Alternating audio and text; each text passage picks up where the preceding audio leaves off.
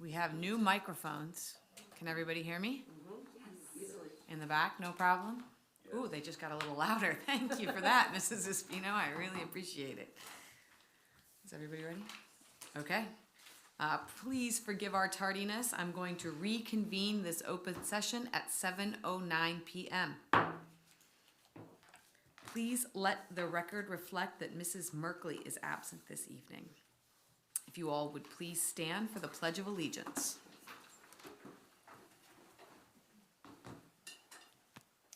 Ready? Begin. I pledge allegiance to the flag of the United States of America and to the republic for which it stands, one nation, under God, indivisible, with liberty and justice for all.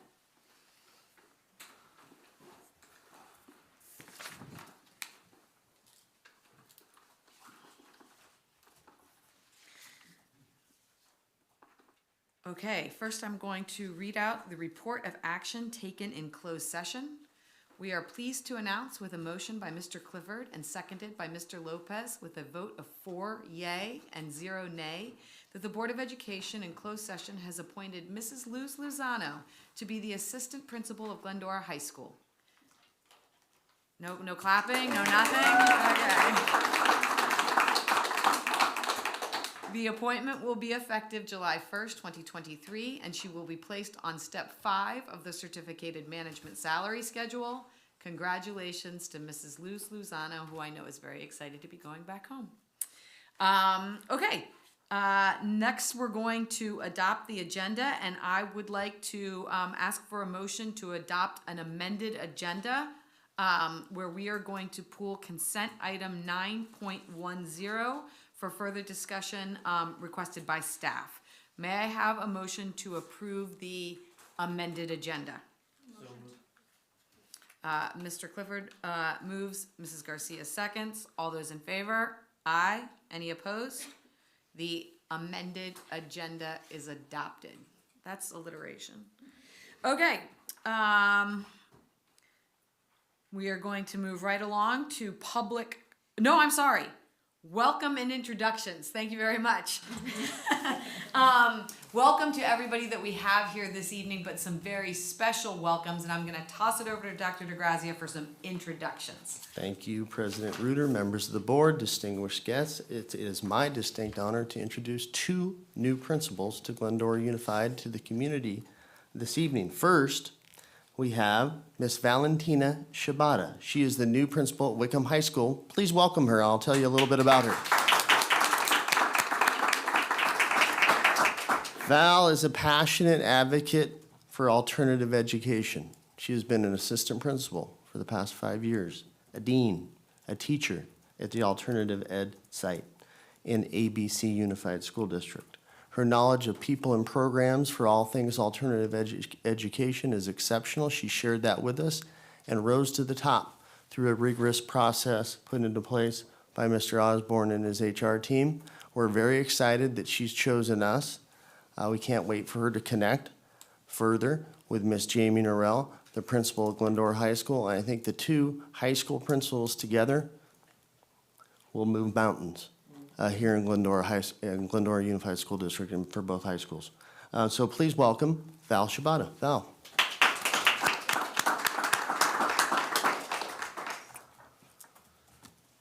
Thank you very much. Let me just get my glasses on so I can see. Good evening, Board President, Ms. Reuter, Vice President, Mr. Clifford, Clerk, Ms. Garcia, distinguished members of the board, Superintendent, Dr. DeGrazia, and cabinet members. I am very honored to be the next principal of Wickham High School and alternative programs. I have spent most of my career in alternative education, starting as a teacher, dean, and assistant principal, all in continuation high school with 1 year at the comprehensive school as well. I know our students in the alternative programs need some extra TLC, but can succeed with the right environment. Thank you for placing your trust in me to lead Wickham and provide that right environment for our students. I look forward to working with you and fulfilling the district goals for Wickham. I also want to thank my family for being here today and supporting me in my new position at Whitcomb. I couldn't do it without their support. Thank you again, and I look forward to a great school year. Thank you.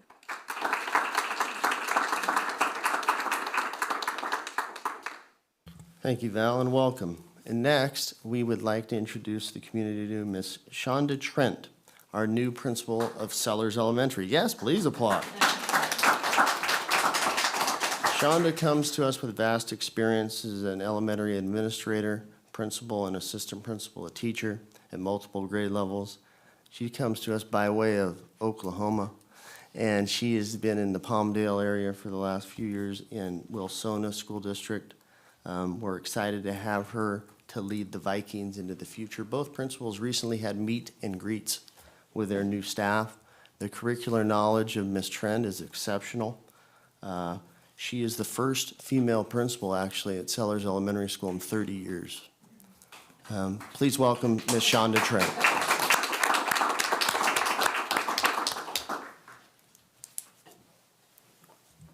Well, thank you so much for having me, Board President Elizabeth and board members, Dr. DeGracia and the cabinet. I just appreciate this opportunity to meet all of you and to be here tonight.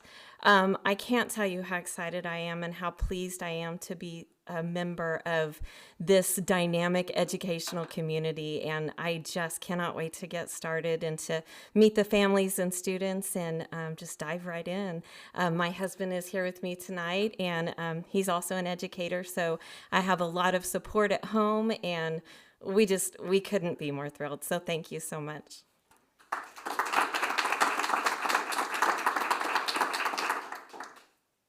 You both picked a wonderful meeting to be welcomed. It's going to be a really long one and chock full of information. No, it was my pleasure to meet you both and get to hear a little bit about both of you and see you interact with your new staff at both of those meet and greets. And I think that it's going to be wonderful fits, exceptional fits for both of you at your respective sites. So a sincere welcome from the Board of Education, and we really look forward to getting to know you both better.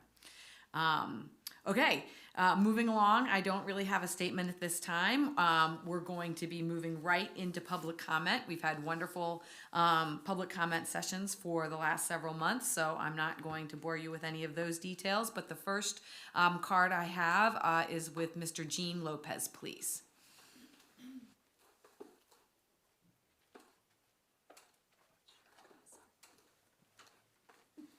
Good evening. Thank you for allowing me to speak once again. Real quick, we met with Dr. Prince and the community committee.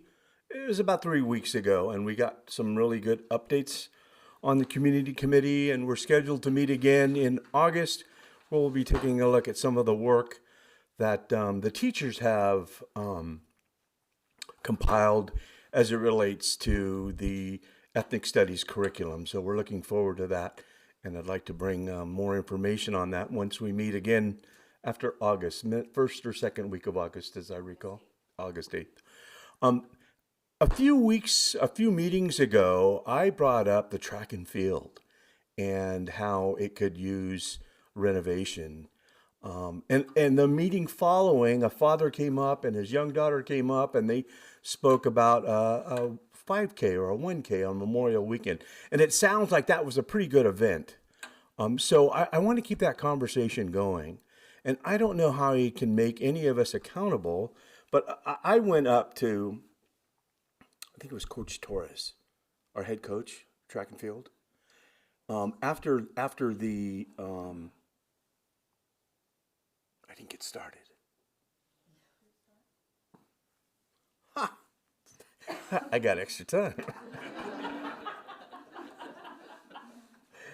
So I talked with Coach after the meeting, and no one had brought up, and we had a 3-hour banquet that night, and no one brought up the condition of the track and field. I think we're embarrassed. I think we can't talk about the condition of our field. So I went up after the banquet to Coach, and I said, look, I'm starting this conversation. I don't know what it's like, but I will be accountable to you in this conversation. I'm going to continue to have this conversation and look for means to advance efforts around renovating our track and field. And so I do that, and I bring that to you, the board, to become accountable for this. I live by this credo, and I learned it from a fellow by the name of GB Outlaw. And Outlaw has these, what he calls natural laws. And one of them is you are either making excuses or progress. You can't do both. So I'm going to ask this board that we begin making some progress on renovating the track and field so that by a certain date in the future, and you know, I'm going to be bold and say 2026, right? That we can begin renovating or even completing the track and field so that we can have our school, our district, can be competitive in track and field sports. Thank you for allowing me to spend some of your time. Yeah, go ahead. Thank you, Mr. Lopez. The next comment card I have is from Mr. Jonathan Lane. It looks like Mr. Evan Turner is going to do something with the microphone real quick. He knows I'm coming up to speak, so that's why he's pulling it back. And I can't talk like Gene. I just can't come up here and do that. He's such a great speaker, so. Get ready. Yeah. Good evening to the new trustees. I've commented here over the past few years, but I don't believe I've had the opportunity to speak with any of you yet. My name is Jonathan Lane, and I now have only 2 kids in the school district. My oldest boy recently graduated from GHS. My wife and I greatly appreciate the support he received from his teachers, counselors, coaches, principals, community, and many more throughout his K-12 attendance. Thank you to all of those who are involved in his success. I'm here tonight because in the last meeting a bond measure was mentioned. There are many reasons I'm concerned, but I'd like to share a few facts we should all keep in mind, especially in today's financial climate. Fact number 1, enrollment in the district is declining. Why would we even consider a bond measure if this is happening? Have all other ideas been exhausted? Maybe even a sale of some properties, or maybe just stop doing business with Leadership Associates, who is known for delivering damaged bills of goods while the taxpayers pick up on the tab of a few current board members' poor decisions. Fact number 2, inflation is at a 40-year high. Times are already tough as it is. Another blow in our pocketbooks isn't going to help families. Fact number 3, rent is already at record high levels. Bond measures impact all residents, not just homeowners. If you're renting a home or an apartment, there's no doubt property owners will forward on the cost to their tenants. Fact number 4, fixed income residents are hit hardest by bond measures. Do we really want to do this to them, or do we get our budget in order? And lastly, fact number 5. Ms. Vacker, I'm really having a difficult time believing you'll be transparent about a multi-million-dollar bond measure when to this day you had a credit card charge on March 11th, 2022 for $7,500 that was hidden from the public and taxpayers, and we still don't know what it was for. To provide some background to our new trustees, after discovering this credit card charge only after by filing a California Public Records Act request, we were told by Counselor Spencer Covert that it was for a cybersecurity risk and that invoice and credit card statement can be redacted because he says so. We have no idea who the vendor is, the services provided, and why it was paid by a credit card when a PO could have been and should have been issued, which would have also been made available to the public. It's a shame that it took a CPRA to find out about it, and even more of a shame it's still not made available to the public. Again, this is the taxpayers' money. Every penny spent is supposed to be accounted for and made available to the public. Until there's some transparency in where our money is being spent, I will continue to make residents aware we can't afford the risk of a bond measure based on this event only. And listen, I have 8 years left in this district with my youngest boy going into 4th grade at La Fetra. I truly want what's best for our kids too. I want what's best for this community. I want a new track and field as well. But I also want to know where our money is going, that it's being spent wisely for our kids without constantly asking us to pay more, or better yet, without having to file a CPRA. I sincerely hope you'll look into these matters and disclose it to the public before even thinking about considering a bond measure. Thank you. Those are the only two public comment cards that I have this evening, but in case anybody showed up a little later, if anybody else would like to make a public comment, please come forward now. Seeing no one else, thank you very much. We'll move along to staff presentations and information. I just want to make sure, okay, we do the presentation first and then we do the public hearing. Okay, thank you very much. The first staff presentation information is going to be on the Local Control Accountability Plan and California Dashboard Local Indicator. All right, we'll be taking some turns on the podium up here as we present. This was definitely a team effort with myself, Dr. Naharo, and Mrs. Walzak, literally working on revisions until 6:30 p.m. as we got information back and forth from LACO, who apparently also does not really keep school hours. So, all right, so this is our LCAP plan. And when we're looking at this, so starting on what it is. The LCAP is our 3-year plan. It went from 2021 to 2024. I think I actually have the clicker. Look at me go. I was waiting for Evan. It focuses on meeting our local needs, but focusing on state priorities as well. So we are engaging community members in the process. We'll talk a little bit more about that process, but that is part of the mandates from the county, but it's also an important part for us to make sure that we have the input from all of our educational stakeholders as we have this process. Provides accountability, so when we're doing it, we say this is how much we're going to spend, this is how much we did spend, this is why we overspent or underspent, and then that rolls over into the next, and we have to plan to the next year, so that we make sure we are spending today's dollars for today's students. And then this current year, this next year, 23-24, will be our final year in the 3-year cycle. So that will be a biggie because next year we will not only do a reflection on how have we done on these goals, but we will also use the information we gather through the process to write a whole new 3-year plan. So this is a reflection, but next year will be the biggie with the reflection and rewrite. All right, I am going to invite up Dr. Naharo. Okay, so as Dr. Prince said, the LCAP is based on the California's 10 state priorities, and you can see them listed there. The ones on the bottom, 8, 9, and 10, those are for county offices of ed, or if available. But the bolded ones are ones that we look at, and these are all reported on the dashboard. You know, that's my favorite thing to talk to you guys about is the dashboard. So we report them in either quantitatively or qualitatively. Qualitatively are the local indicators, and quantitatively are the ones that refer to student achievement as well as student engagement, number 5, which is attendance rates and graduation rates, and then some of school climate, which are suspension rates. Those will be reported in the fall to you, but we do report on the local indicators now, and that's part of the LCAP approval process. So I'm gonna try to do this. Okay, that's right. He's gonna click low. I was like, there's no way. So I wanna share with you just a little bit about, oh, it didn't work. Oh, so sad. I can do it without it. It's all right.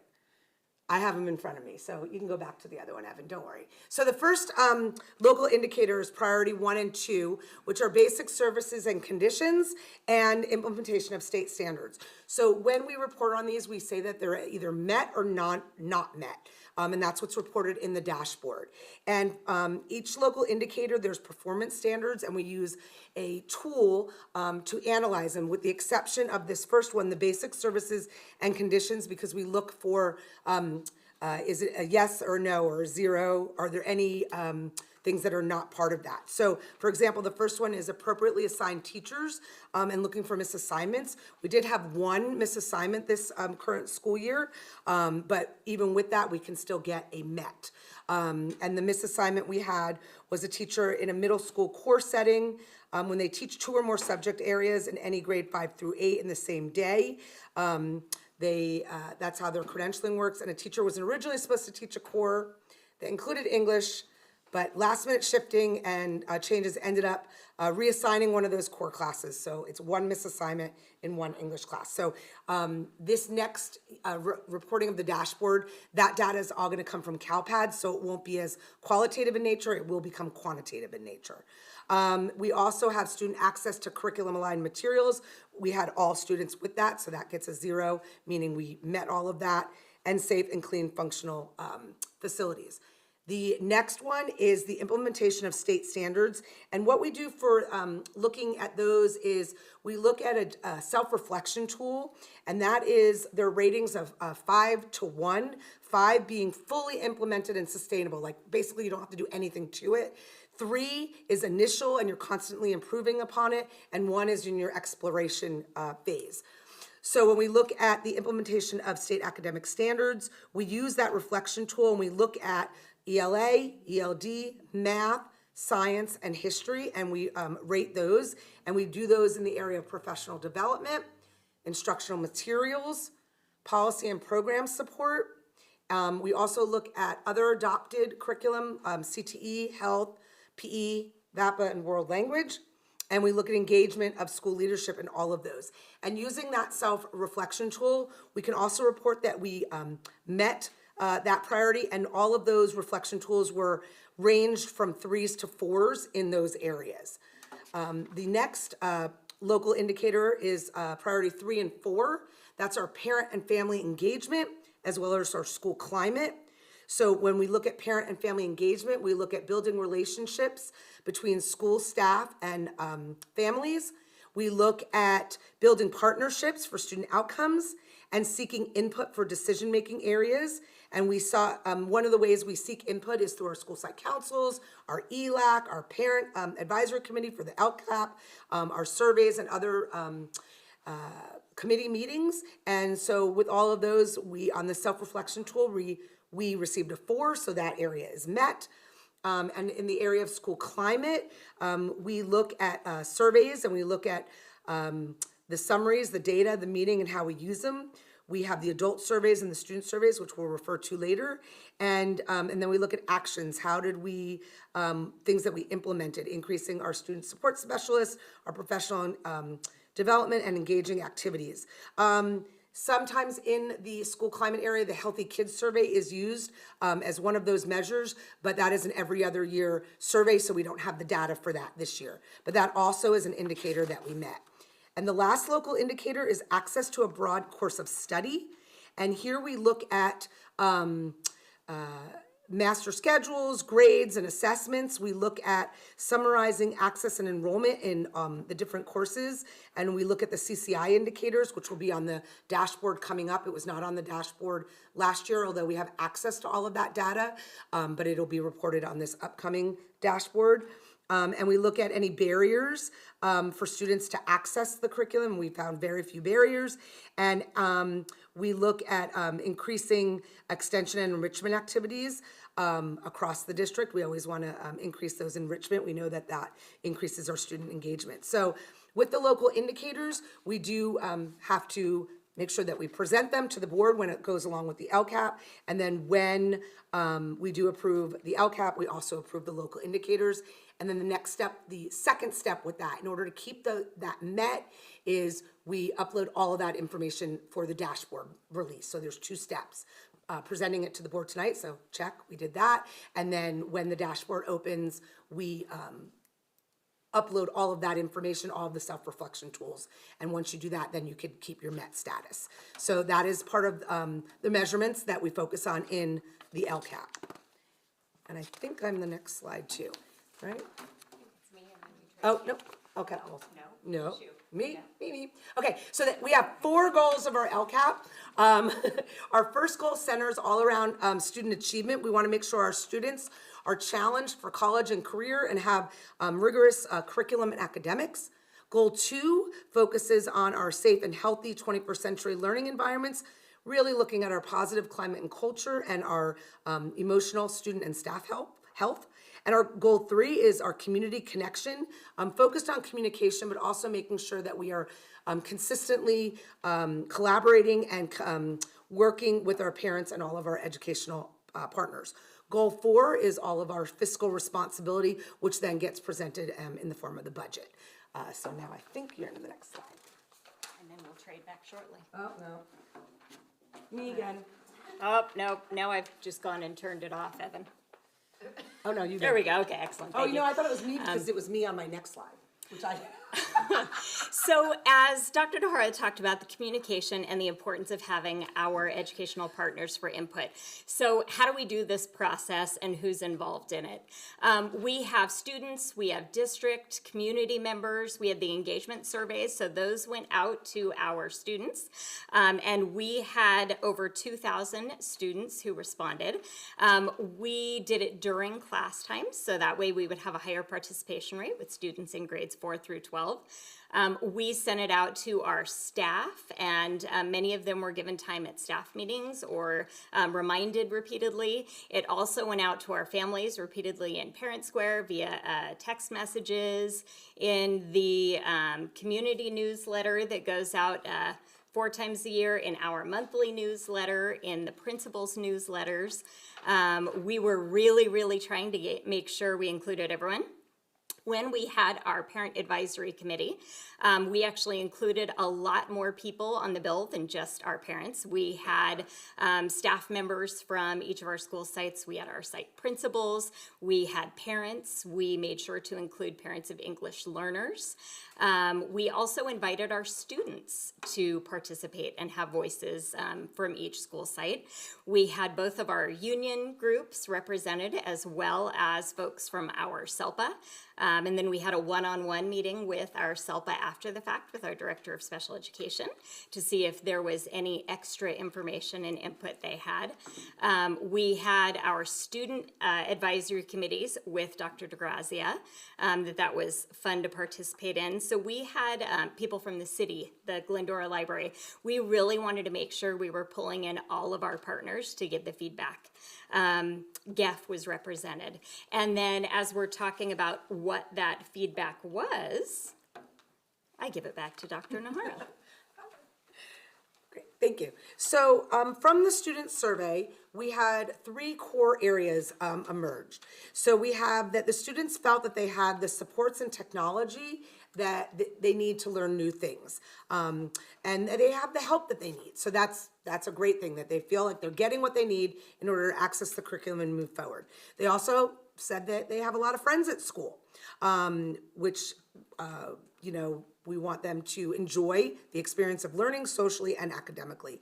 And they also said that an area of focus is they want to feel comfortable and happy at school. And that was a summary of some of the responses of really about the student engagement with either their learning environment, with their teachers, or as the climate and culture as a whole. So that's definitely an area that we want to focus on. And then from the district survey, check me out, I did it. There were, from the adult survey, I guess you'd call it, or the community, 4 core areas emerged. We did have 679 participants.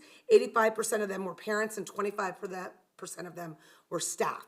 And the core areas were that we wanted to focus on and continue our focus on increasing student achievement. We want to make sure that our campuses are safe and in good repair. Those 2 were top priorities for our community survey, and fostering positive behaviors in our students, and then continuing to provide access and opportunities for career and college readiness. It was shown as a priority. So those 4 areas emerge as this is important. This is the work that we want you to continue to focus on. I think so. Then, if you take those surveys and you kind of summarize together all of that information, 3 qualitative themes came out, which helps drive what we do. And that was supporting our MTSS and our CEL, our multi-tiered systems of support, and our social emotional learning. That was prevalent in both of those pieces of information. Encouraging attendance, and that of course goes along with student engagement, and then that would be students feeling comfortable and happy at school. And a big thing that came out from both of the groups that were surveyed is really looking at the revision of the survey to get a little bit more specific and ask questions in a deeper, maybe from a different angle. And we use the same survey for the last 3 years because it matches the LCAP. So once we do a rewrite year, we can begin to adjust that survey and see if we can get some deeper information as well. So I think it's back to you. There you go. All right, so as we look at those, if you look at goal 1, student achievement, there are 11 action steps that go with that, but verses have a whole bunch of them on here. We're going to look at it thematically. So a lot of those fall under instruction. So you're looking at AVID, early college, innovative technology, English learner support, career technical education, and summer school. That's ESY is our summer school. You have an equitable distribution of resources, our multi-tiered systems of support, and professional development. And you can tell a lot of professional development, although it's its own action, it goes into a lot of these, right? Because as you're looking at AVID, you have these strategies, but you have to make sure you have professional development so our teachers know what they're implementing. Our site leaders know how to support that as a school leader. So they overlap. When you look at the influences our educational partners had, as Dr. Najarro said, MTSS was a huge focus for them. They wanted for that to continue to be a focus. So as we've made the plans, as we have looked at some of our carryover from prior year and first semester, and some of the monies couldn't be spent in prior year as you're trying to fund with school closures and no PD open. So we really looked at how do we prioritize that money for next year's spending. And we looked at adding a student support specialist and adding a counselor. So we added 2 different positions to support that social emotional learning. We've added additional resources and professional development for looking at tier 2 supports with our social emotional learning. So the district currently does Character Strong as a tier 1, and all of our staff members have had training and access to that, but we're looking at the next level, that tier 2, and giving professional development support to our student support specialists and our counseling team so that they can take that support to the next level for those students who do need it. Also increasing our interventions. So we are continuing with the reading interventionists at every school site. We have also added some of those rollover funds to have temporary math interventionists at our elementary sites, trying to get caught up there, as well as some math periods at one of our middle schools that needed the additional support for math. And then looking again, family support and equitable distribution of resources. So we are continuing to work on our Family Resource Center. We had some facilities things done, making sure we had paint and carpet and a welcoming room, so that now we can actually start stocking that as soon as we get our next director of student and family supports in place and have a well-developed resource center for our families to come when they need something. And looking at our Chromebooks, making sure in that plan that we are, Mrs. Espino is doing a great job at looking at what do we need. We were able to buy all of these devices to go one-to-one with many of our ESSER funds, and now as those have faded, how do we continue that? How do we make sure we know which of our devices are expiring when did they go obsolete? What's our plan? Do we have the newest and best devices that are also cost effective, as well as some supports for possibilities of insurance for those devices to help our families. And then we look at goal 2, safe, healthy 21st century learning environments. That has 6 action steps that go with it. Facilities, innovation and flexible learning environments, social emotional learning. You'll see some of these high priorities cross over different goals and actions. Cultural esteem, celebrating CTE, VAPA, and world languages, and our GATE program. Some of the way our voices influence this, safe schools was a big theme with our parents, especially our adult respondents. So we recently had a CPR AED certification where we had it just the other day up at Goddard on June 6th. We're gonna have another one at the end of summer. We also, on our all-staff professional development day in October, Our teachers will be getting professional development on depth and complexity, which allows us another resource to do differentiation to meet the needs of all learners. And our classified staff will have another opportunity to get CPR certified on that day. So making sure we take that seriously. Mrs. Espino has worked on Raptor kiosks and training with all of our school sites so that we can make sure people who visit our school have the safety clearance to do that. Working on PA systems to make sure we have safe communications, and a lot of other different bell systems, working on some different things to see what we can do at our various schools. Also looking at additional resources and professional development, as I said, for those tier 2 interventions, because that MTSS and social emotional learning was really important to our educational stakeholders.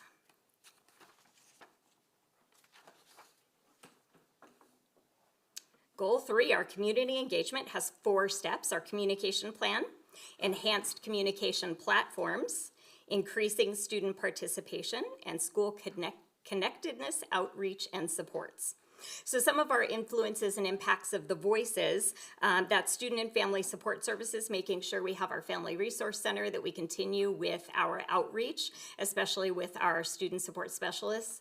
Mr. Osborne has done an amazing job with his student support specialist and counseling team this year of really looking at the numbers of outreach and the targeted outreach to some of our students most in need, our students who are foster youth, homeless, socioeconomically disadvantaged, really looking at outreach and opportunities for those students. And I have heard some of the amazing things behind the scenes, some requests that come up as a one-off, and if we don't have it, our Mr. Osborne and his teams make sure they find it. So really continuing to support those. And we had a strong emphasis.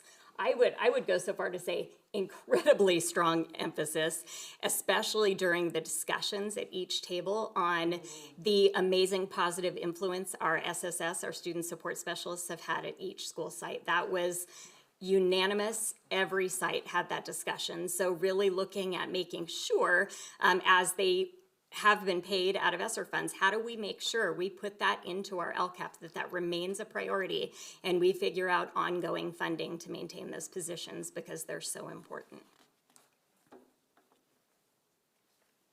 And goal 4, I will pass over to Mrs. Walker. Thank you, Dr. Prince. Goal 4 is fiscal solvency. Excuse me. It's imperative that the district operate efficiently and effectively with the resources available to meet the district's goals, priorities, and high expectation. And why did we choose goal 4 to be fiscal solvency? It's basically to serve all students and ensure that each child has a powerful future, and the district must remain fiscally solvent in order to do that. There's 5 actions in goal 4. Number 1, effective and efficient use of resources. So here we have checks and balances. We want to make sure that we have internal controls in place to make sure that the grant fundings that we have are used appropriately and that we're meeting the deadline, as well as the different types of what do you call it? Oh my gosh. Things we can spend it on, allowable expenditures per se. And the next one, action 2, expand business partnerships. Action 3, enhance technical infrastructure and school safety. So for that, we're looking at different things. For example, during the 22-23 school year, we've implemented the Raptor kiosk for all the school sites, where any visitors will go in, check in, and then they get a badge to make sure that there's nothing going on with them. Number 4, fiscal reserve. So our board policies to have the 6% fiscal reserve instead of the 3% that is mandated by CDE. And then number 4, expand state-of-the-art programs. And I'll pass it on back to Dr. Prince to talk about this action 5. So with Action 5, it was expanding state-of-the-art programs, and this goal was really focused on both student engagement and increasing attendance, as well as making Glendora a desirable location for others who may want to move here or have Allen bills. They work in the area and want their kids to come in, interdistrict transfers, making sure we are state-of-the-art in bringing programs that bring kids to school every day. So this could be some of our STEAM programs, our VAPA programs, the dual language that Dr. Naharo and I are looking into, and we are happy to say that is currently starting in summer school. All of our elementary summer acceleration students are having Spanish language experiences during their day, and then we are looking at after-school programs for next year as we try to build into the 24-25 year during the day dual language immersion program. So how the influences have, how our voices impacted this, focus on safe schools, we said that before, whether it was CPR, AD, Raptor, our PA systems. This also, with the third action step, involves things like making sure you have your fences in good repair, your playgrounds in good repair, that you have safe facilities as well. So that is also included in that area. And encouraging attendance through engaging courses. This was something that came up even at the elementary level, and this was actually one of the pieces of feedback that drove the request for a revised survey in future years, because they wanted to see, okay, so they want more engaging courses at elementary. What do they want those to be? And as you guys heard with our AM-IM plan a few weeks ago, we have a lot of plans for that. And we also have a lot of big plans coming when we get our Prop 28 funds as well to help with this. So lots of those happening. And Mrs. Walzak, right back to you. Okay, just a little bit about the 2022-23 LCAP budget and expenditures. So for goal 1, oh no, gosh, I can't even see. Okay, I can't see even with my glasses. So for goal 1, I can't see the budget, but the total expenditures is $8,771,712. And then goal 2, we're a little bit below our budget, but total expenditures $4,863,491. And then goal 3, we have a little bit under budget as well. Our total expenditure is $417,675. And then goal 4, we have total expenditures is $66,576,823. So goal 2, action 2, it's a little bit below. It's related to innovative, collaborative, and flexible learning environment. We have an assessment phase with student technology focused on getting a better grasp on accurate inventory to ensure responsible spending as we enter the refresh cycle. And then goal 3 is under budget as well because of the action 4, school connectedness, outreach, and support, with the material difference related to the development of the Family Resource Center. As Dr. Prince mentioned earlier, we're going to be fully implementing that in the coming school year once we have our Director of Family and Student Support. And then goal 4 is significantly larger because that's where staffing is included, which is about 85% of our budget, and recruitment and retention are in there as well.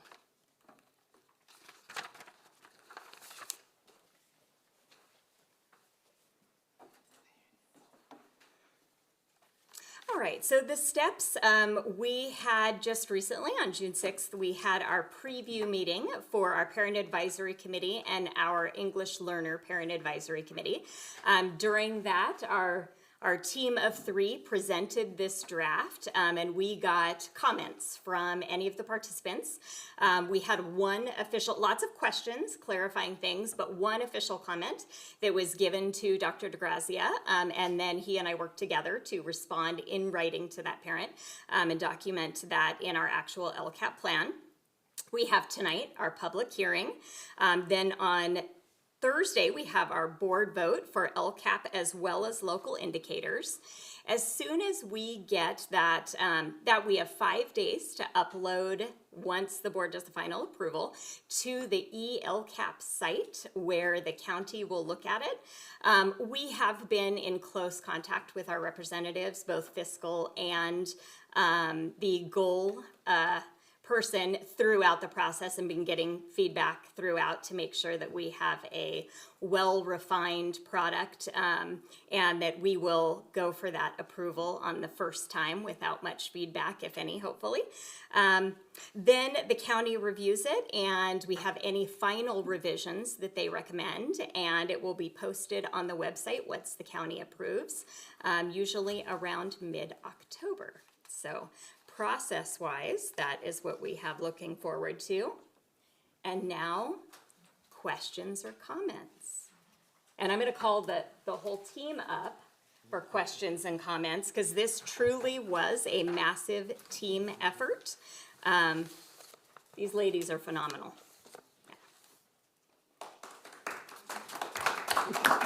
Oh, there's people still here. Thank you all for staying. Yes.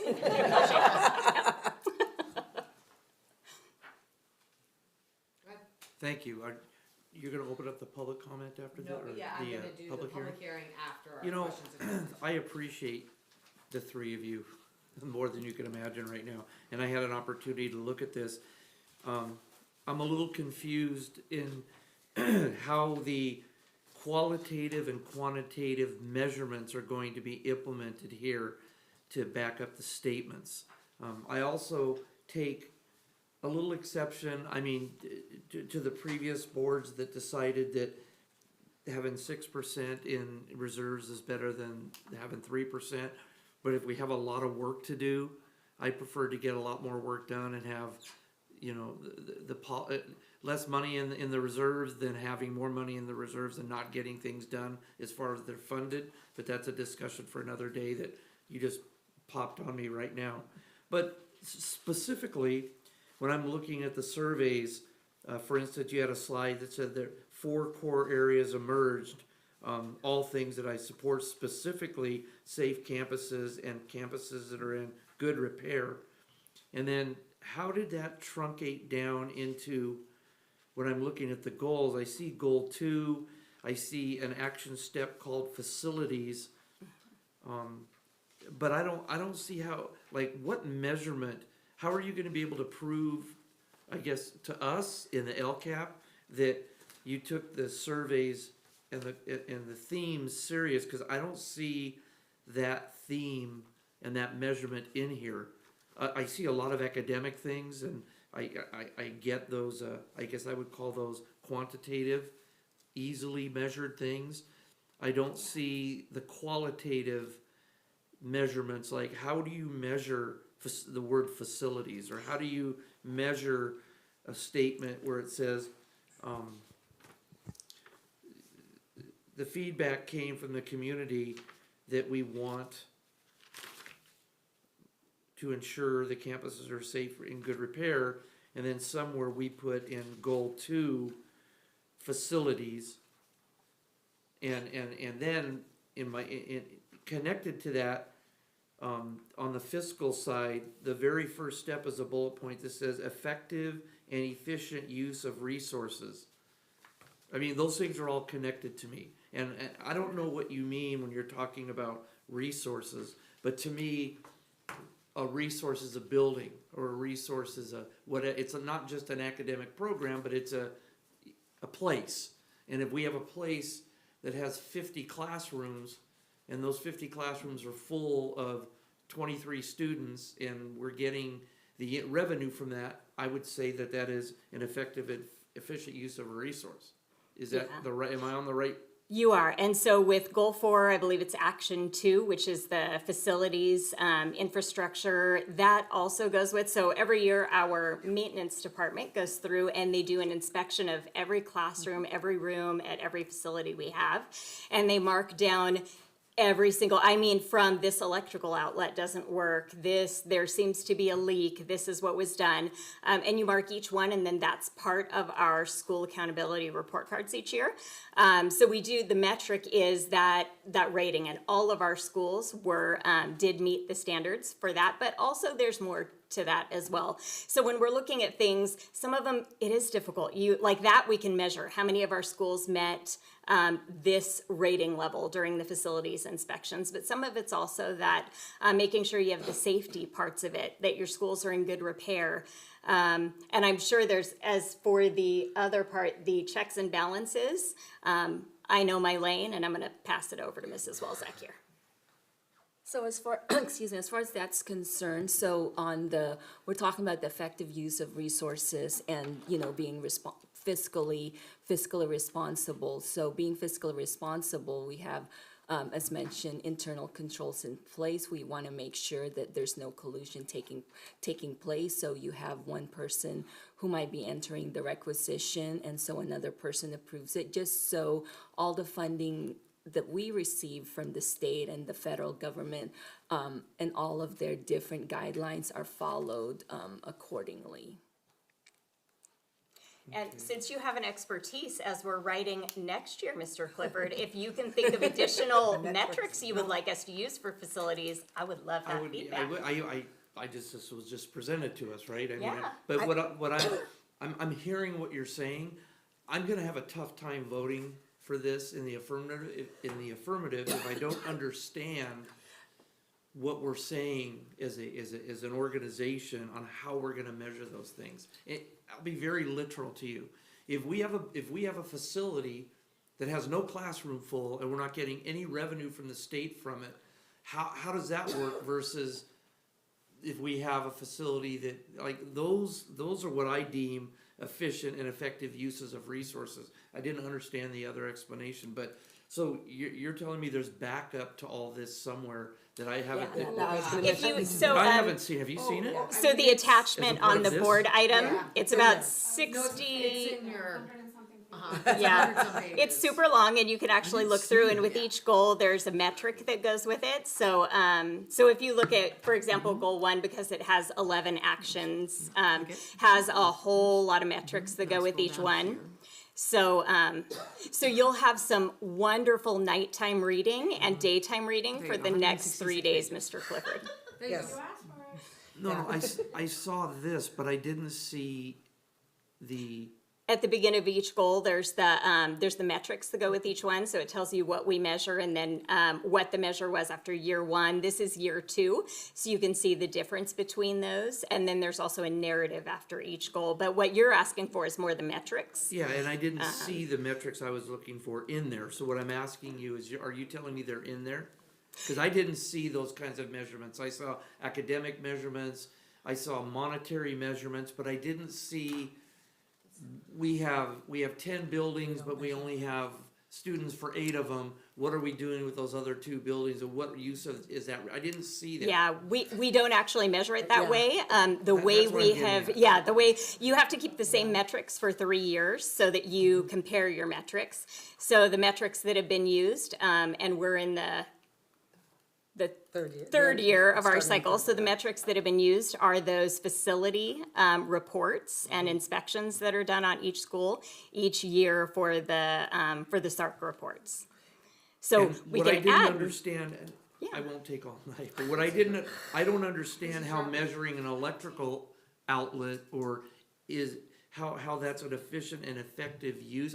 I understand that says it works or it doesn't work. The resources are. Yeah, so that's more the action 1, when you're looking at the effective use, making sure you have checks and balances, that your money's going where it's supposed to go.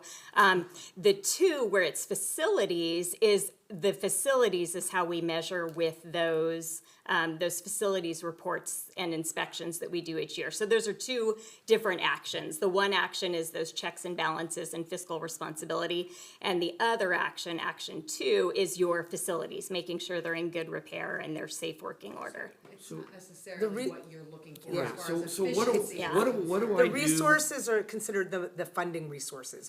Are we effectively using our funding resources through the LCAP, the LCFF to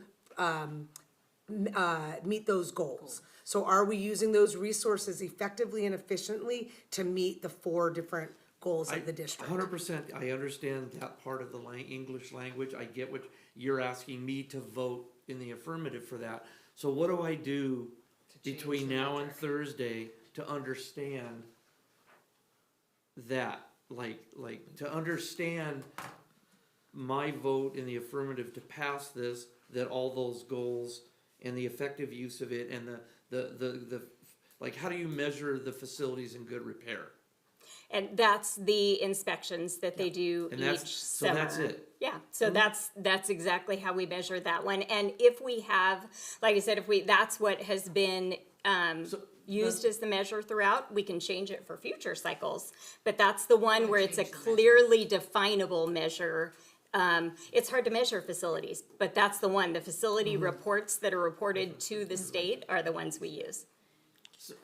So, if the electrical plug works, but if there's ankle breaking gopher holes in the field that we can't use it. That's part of the inspection as well, so and it's we have- everything. And that's all documented? Yeah. In the SARC, the In School the Accountability SARCs. Report Card. Okay, so I would, It most certainly is. So Yeah, I would like to see So, but that we also before then had to Thursday. prioritize exactly how far our funds will take us to be able to continue to do the repairs, and we had to show that we've done our due diligence.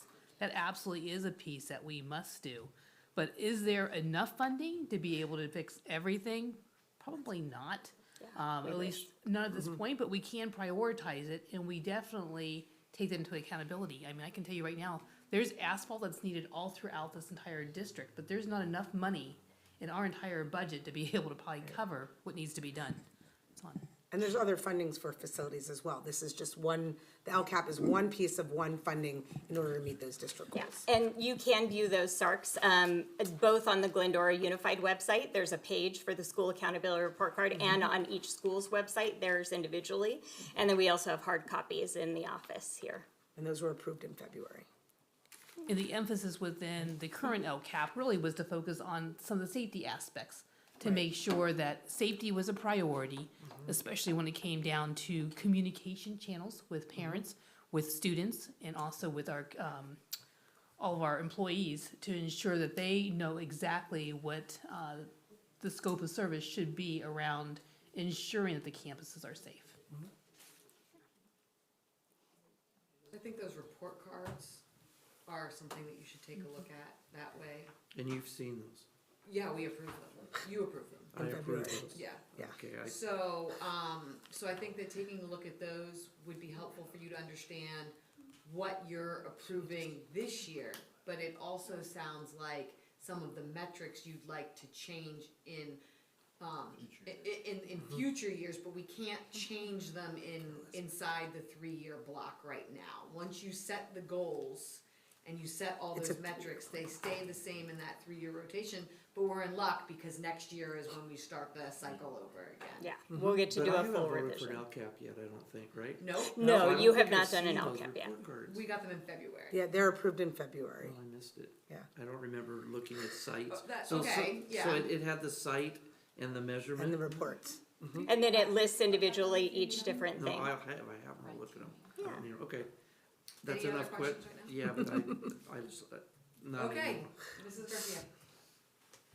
Thank you all very much for putting in the very difficult and tedious work to put this together. I did print out your draft. So I promise you that You took a lot of someone's paper taking, today. I did, I did it at home, just so everybody. And if you didn't print it after 6:30, there's an updated version. It was Just minor definitely. changes. Very minor changes. So, Yeah, a few typos. I'm gonna start off by just putting this number out there, because then that's just for the viewers and people in attendance for their information, because this is not on here. But on your summary general information, it says that 42.8% of students are designated as socioeconomically disadvantaged. Okay. With that said, a lot of what you have here on the LCAP specifies that it is for our students who are in greatest need or socioeconomically disadvantaged. Looking at all these numbers, I wonder, do we have enough? Are we doing enough, right? So, because when we just read that, it sounds like, oh, it's just for a small select. But it really is for 42% of our students in our district. So that is a big percentage of our students. And also, a lot of these things that we say we're going to do and implement and provide says that it is for our socioeconomically disadvantaged students. So how are we serving those that are not? Are we still using these resources for them? Or are we saying, oh, you're not I want to make sure that the community knows, because the wording here, I know the answer, but I want to make sure that we put it out there and that these services are for all of our students and not just for the socioeconomically Absolutely. disadvantaged. So as we're looking at it, we're looking at what do we need to do? How do we particularly provide access to one group? So for example, just for our GATE program, say, Goal 2 Action 6, if we're looking at our GATE program services all of our students. But when you're looking at how do we make sure all of our students have access, how do we make sure they all have access? Well, instead of doing screenings after school or on the weekend, let's do them during their class time again. That's what we did pre-COVID. That's what we started again this year, done during class time. And then when we said, okay, so that also, in addition to helping all students have access, it specifically helps our students who are socioeconomically disadvantaged, because, for example, maybe their parents can't transport them from one school to another, or maybe they have daycare issues, or they have to carpool and they can't get them there after school. So we do those. Then another was making sure that we actually switched to the online program, because it offers the oral instructions in 8 different languages. So looking at how do we support our English learners to have that same access. So when we looked at each plan, we specifically said this benefits all kids. How do we really focus? So another example, when we're looking at MTSS, our interventions, we had a lot at the secondary of after school, outside the day interventions.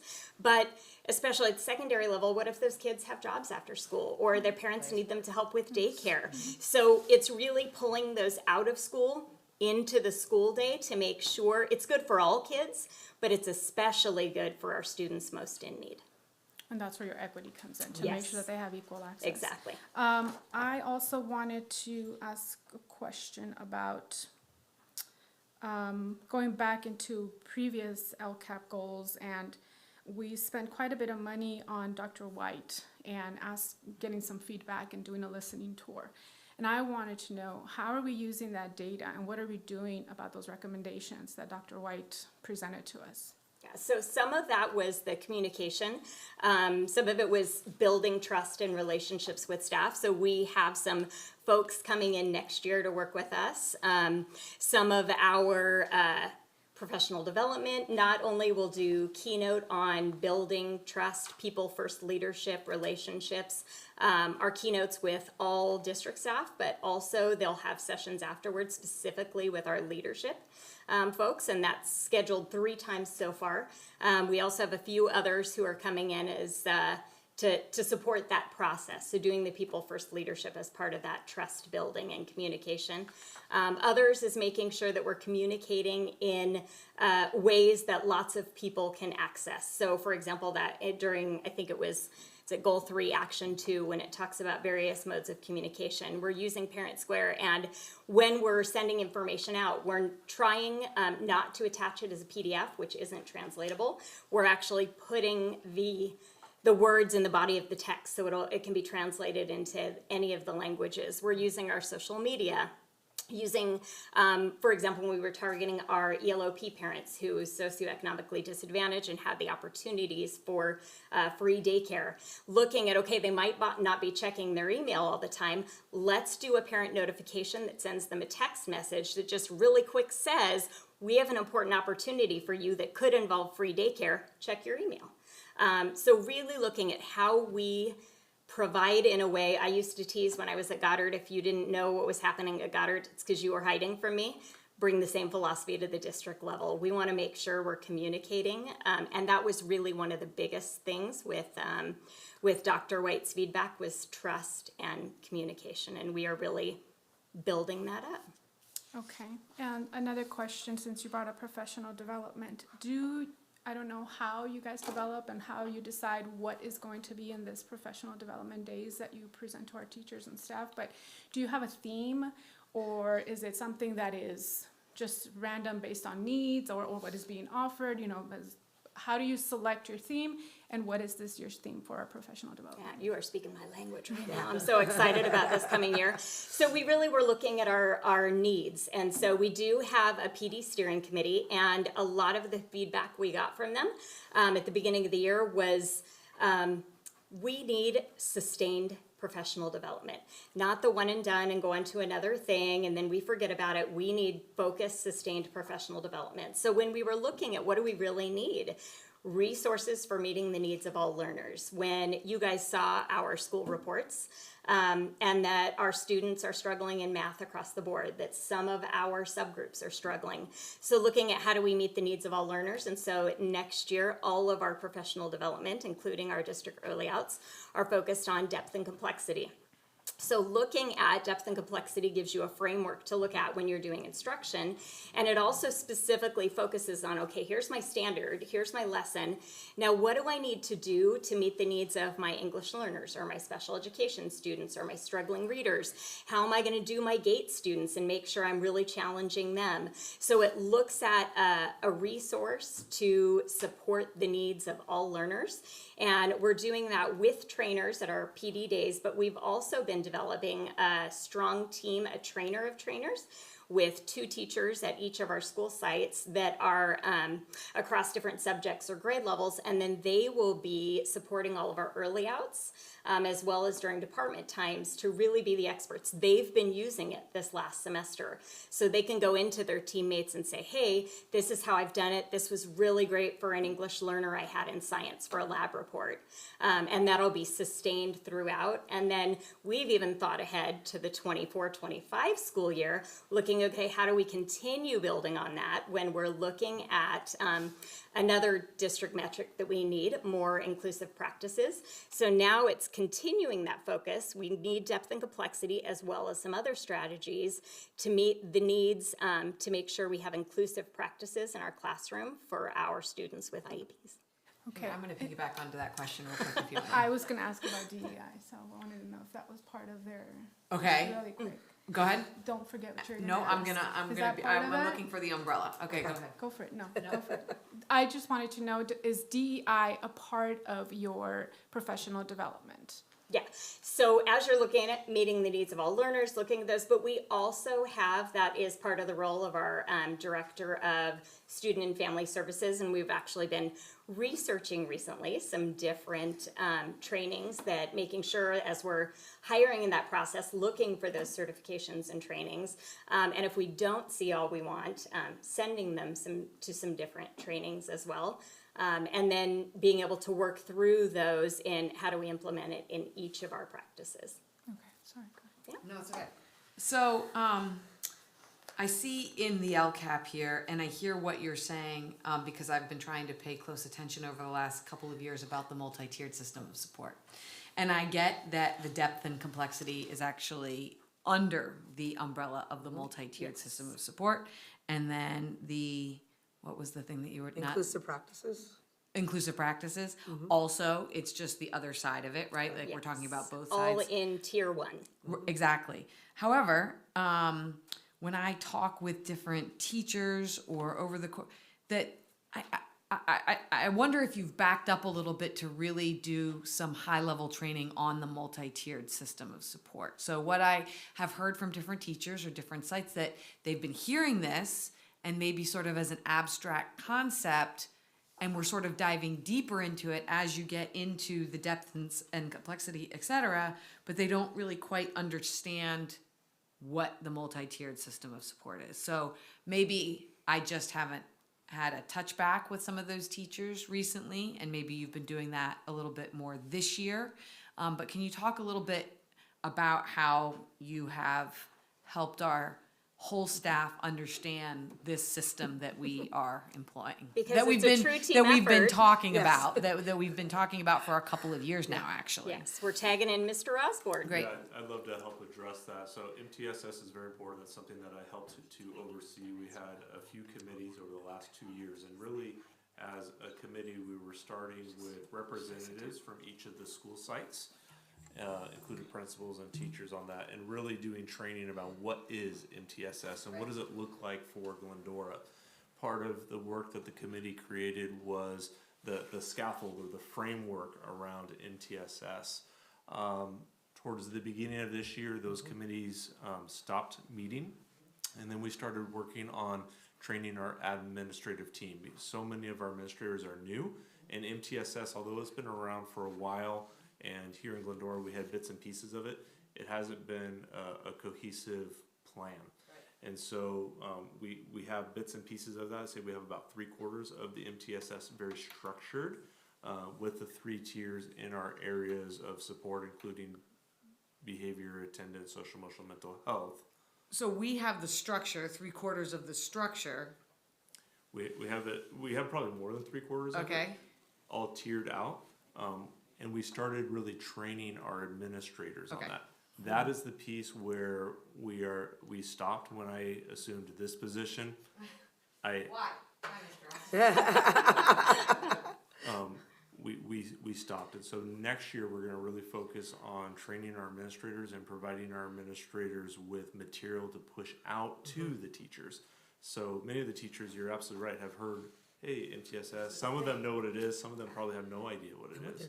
And so we need to really empower our site leaders to then work with their site teams. And so my recommendation to Dr. DeGrazia months ago was to really provide that rich training to our administrators, and then really take the work that a small committee was doing that was important work, but really create MTSS committees at each of the school sites, because those are the people, it's the teachers, it's the staff. MTSS is everybody for all students, and disseminating the information that way. So that's our plans for the new Director of Student Services.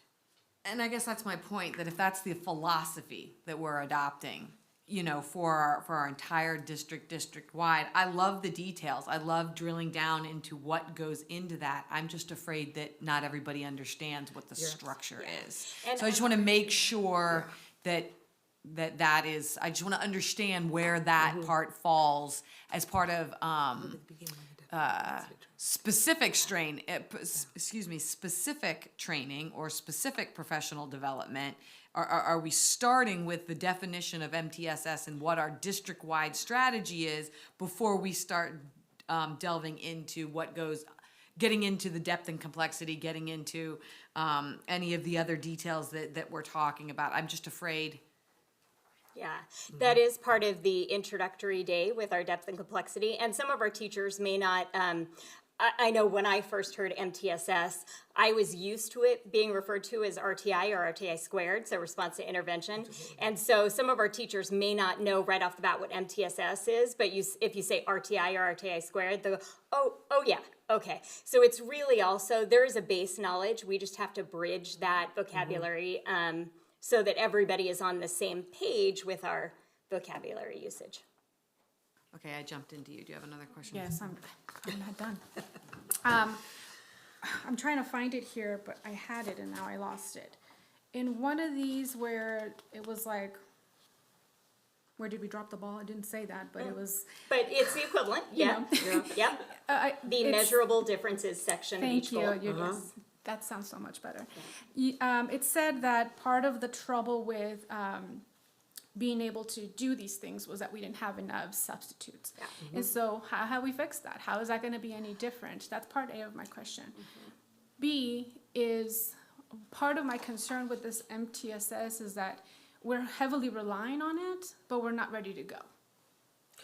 So how do we meet that gap? What are we doing in the interim? With the subs, it is a continuing problem. Really, how we've tried to address it is being really cognizant of when we plan things, when we're looking for subs. Try not to plan on Mondays and Fridays. Try to separate out if you're doing science adoptions. I learned from my mistakes. The first meeting we did all together so we could build a district vision, and we had numerous people who weren't able to make it because their subs. There just weren't enough subs. So on every subsequent meeting, it was elementary one time, middle school another time, high school another time, so that we would limit the number of subs we were taking. We also have been working a lot with Mr. Osborne, Mrs. Espino on how do we market better. So looking at for example, I was just talking to one of our music teachers when we have music positions coming up in the coming weeks. Where do you guys go? What Facebook groups are you part of? If I give you like a Canva image and a link to EdJoin, can you share that out in that area? So really actively trying to to get our positions out there, and especially for subs, because that's, you know, a foothold in the door.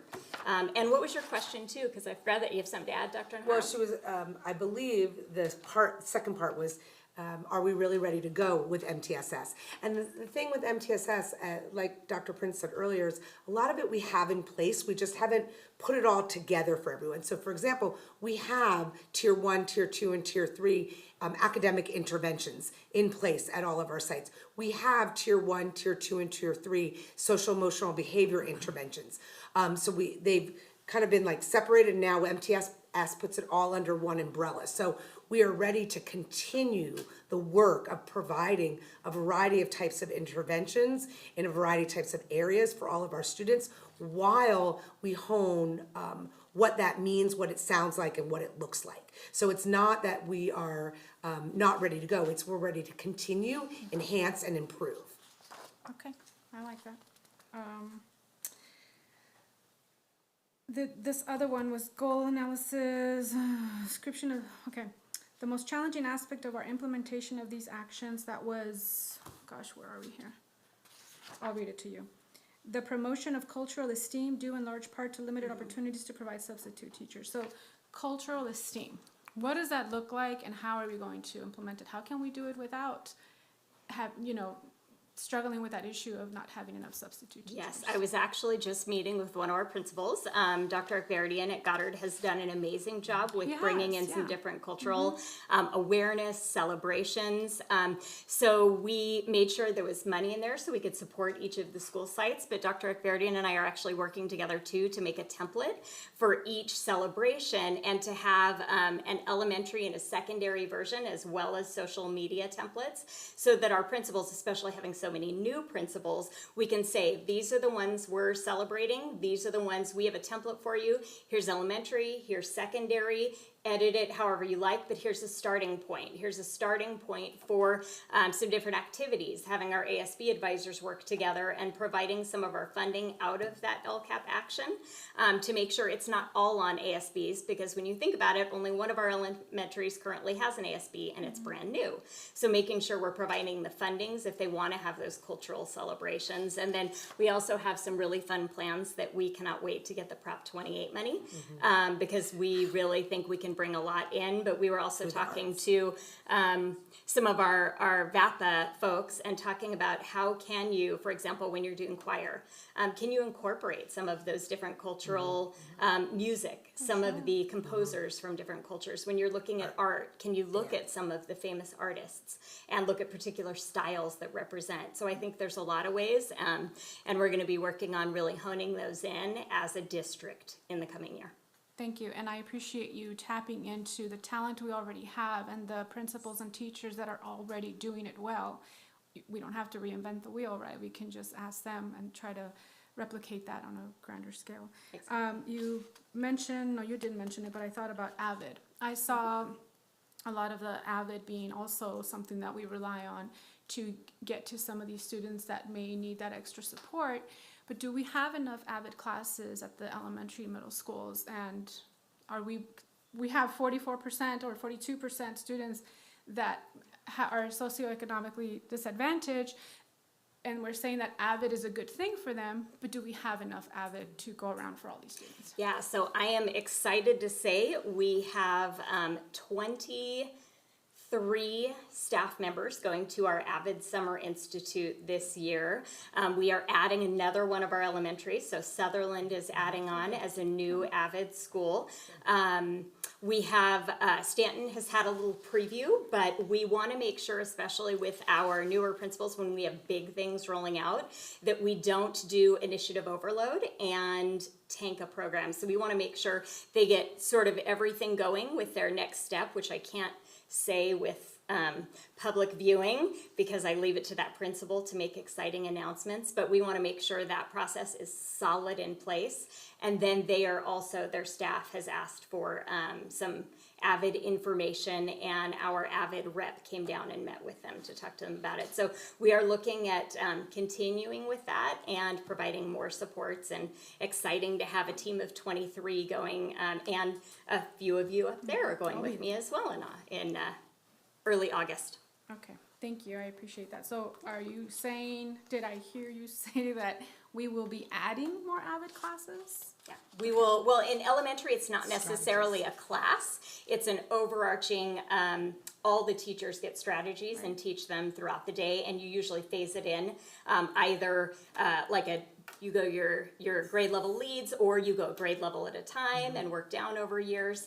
But yes, we will be adding more AVID training and implementation at more of our schools, and continuing with supports at our existing secondary schools as well. Thank you, and I'm sorry, I do have a lot of questions, because like Gary, if, in order for me to feel comfortable voting, I do need to understand it, so thank you for your patience. Another one here, you have action 3, it says something about a new PA system has been identified for 2 school sites. I'd like to know what 2 school sites, and also it says an additional factor with regards to technology infrastructure is a small staffing and need to evaluate and determine the process is difficult with such a small tech staff. What are we doing to improve that so that we are able to do the work? Might as well add more Yeah, in you the know, team. Ed Services is a team. We keep talking about that. So I'm going to tag in teammate Mrs. Christy Espino for that one. We love a good team. Hello. So for the PA and bell system that was referred to in the description there, it said 2 sites. Actually, we may be able to expand that to 4, possibly more. We did site walks recently at Whitcomb and Williams, Sandburg and Goddard. They were prioritized because currently Whitcomb and Williams have no all-school PA system. Whitcomb has an Informacast phone system where they can do PA calls, basically like an intercom through the phone line, but it doesn't reach outside, and if the phone is in use, then it won't interrupt. So in order to make that school safer, that is one of our top priorities, is getting that PA and bell system up to par. Williams did have a PA and bell system, and then during a shelf catastrophe, the equipment, which was already aging, fell and suffered some damage, and it couldn't be repaired. It was kind of band-aided together already, and so it was kind of the final straw. And so that's also one, even though they don't need traditional bells, the bell PA system that we're looking at isn't all inclusive. It also gives us the option to add classes into that site in the future if we wanted to in a traditional schedule. But it will have an emergency system, a PA system that allows for all calls over the public address.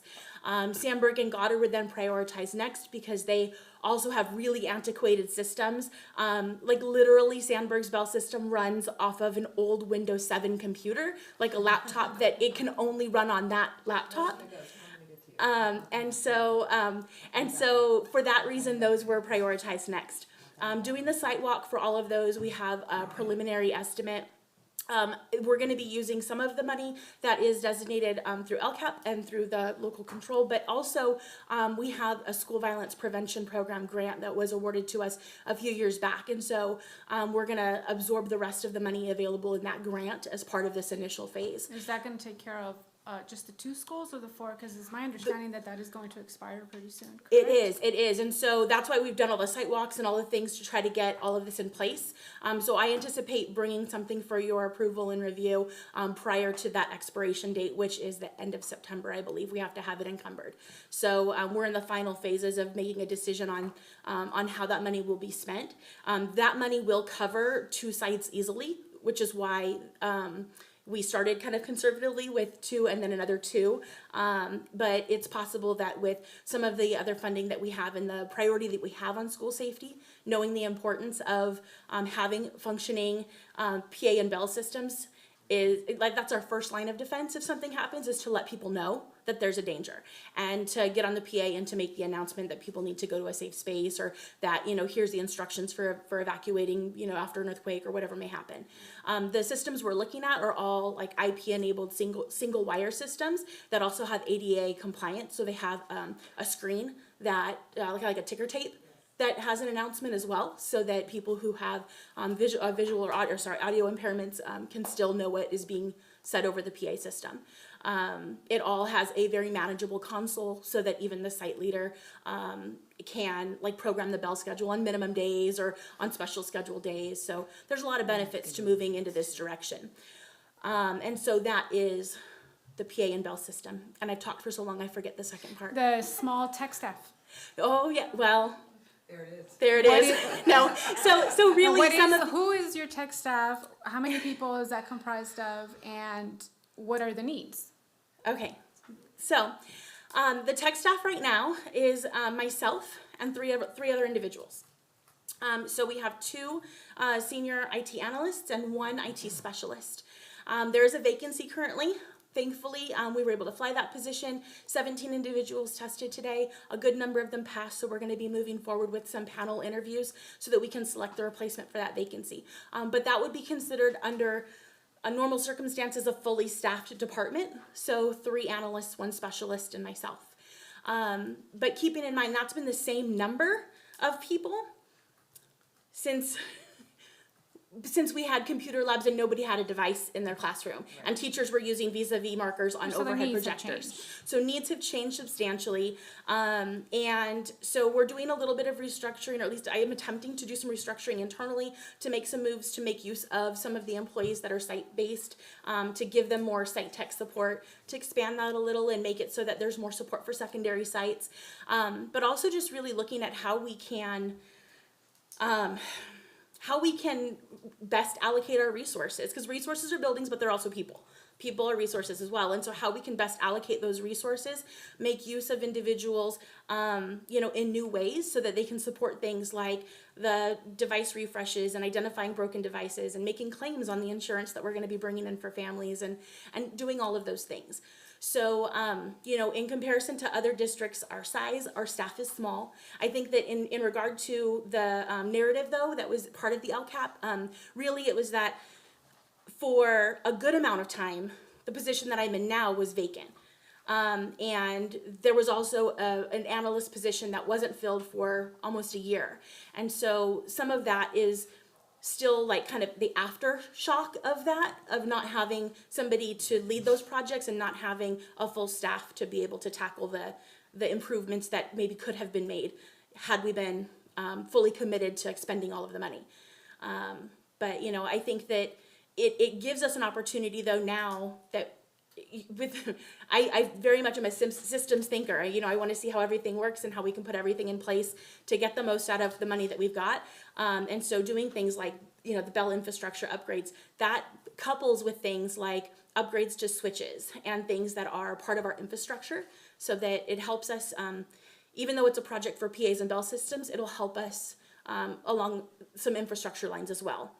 So right, I guess my concern is that we talk a lot about, 21st century learning and having all these wonderful gadgets and all that for our students, but yet we don't have enough of the staff and the resources to actually implement those things. So that's a side note and probably a different conversation for another day, but I wanted to hear it from you as far as what this tech staff looks like, because it's a little disappointing to me to read, oh yeah, we didn't get it done because we didn't have enough people, or yeah, we didn't get it done because, again, we didn't have enough substitutes, right? So it's like we have everything in place and we're lacking the people. So that, to me, that is if it has a fix, we should take care of it so that we can meet the needs that have clearly been outlined in the LCAP. So thank you for... And I'll say, we have come as far as we have and been able to maintain like the quality of the devices. Like, the students in their report, in the advisory committee and in their survey said that they have the technology and the tools that they need.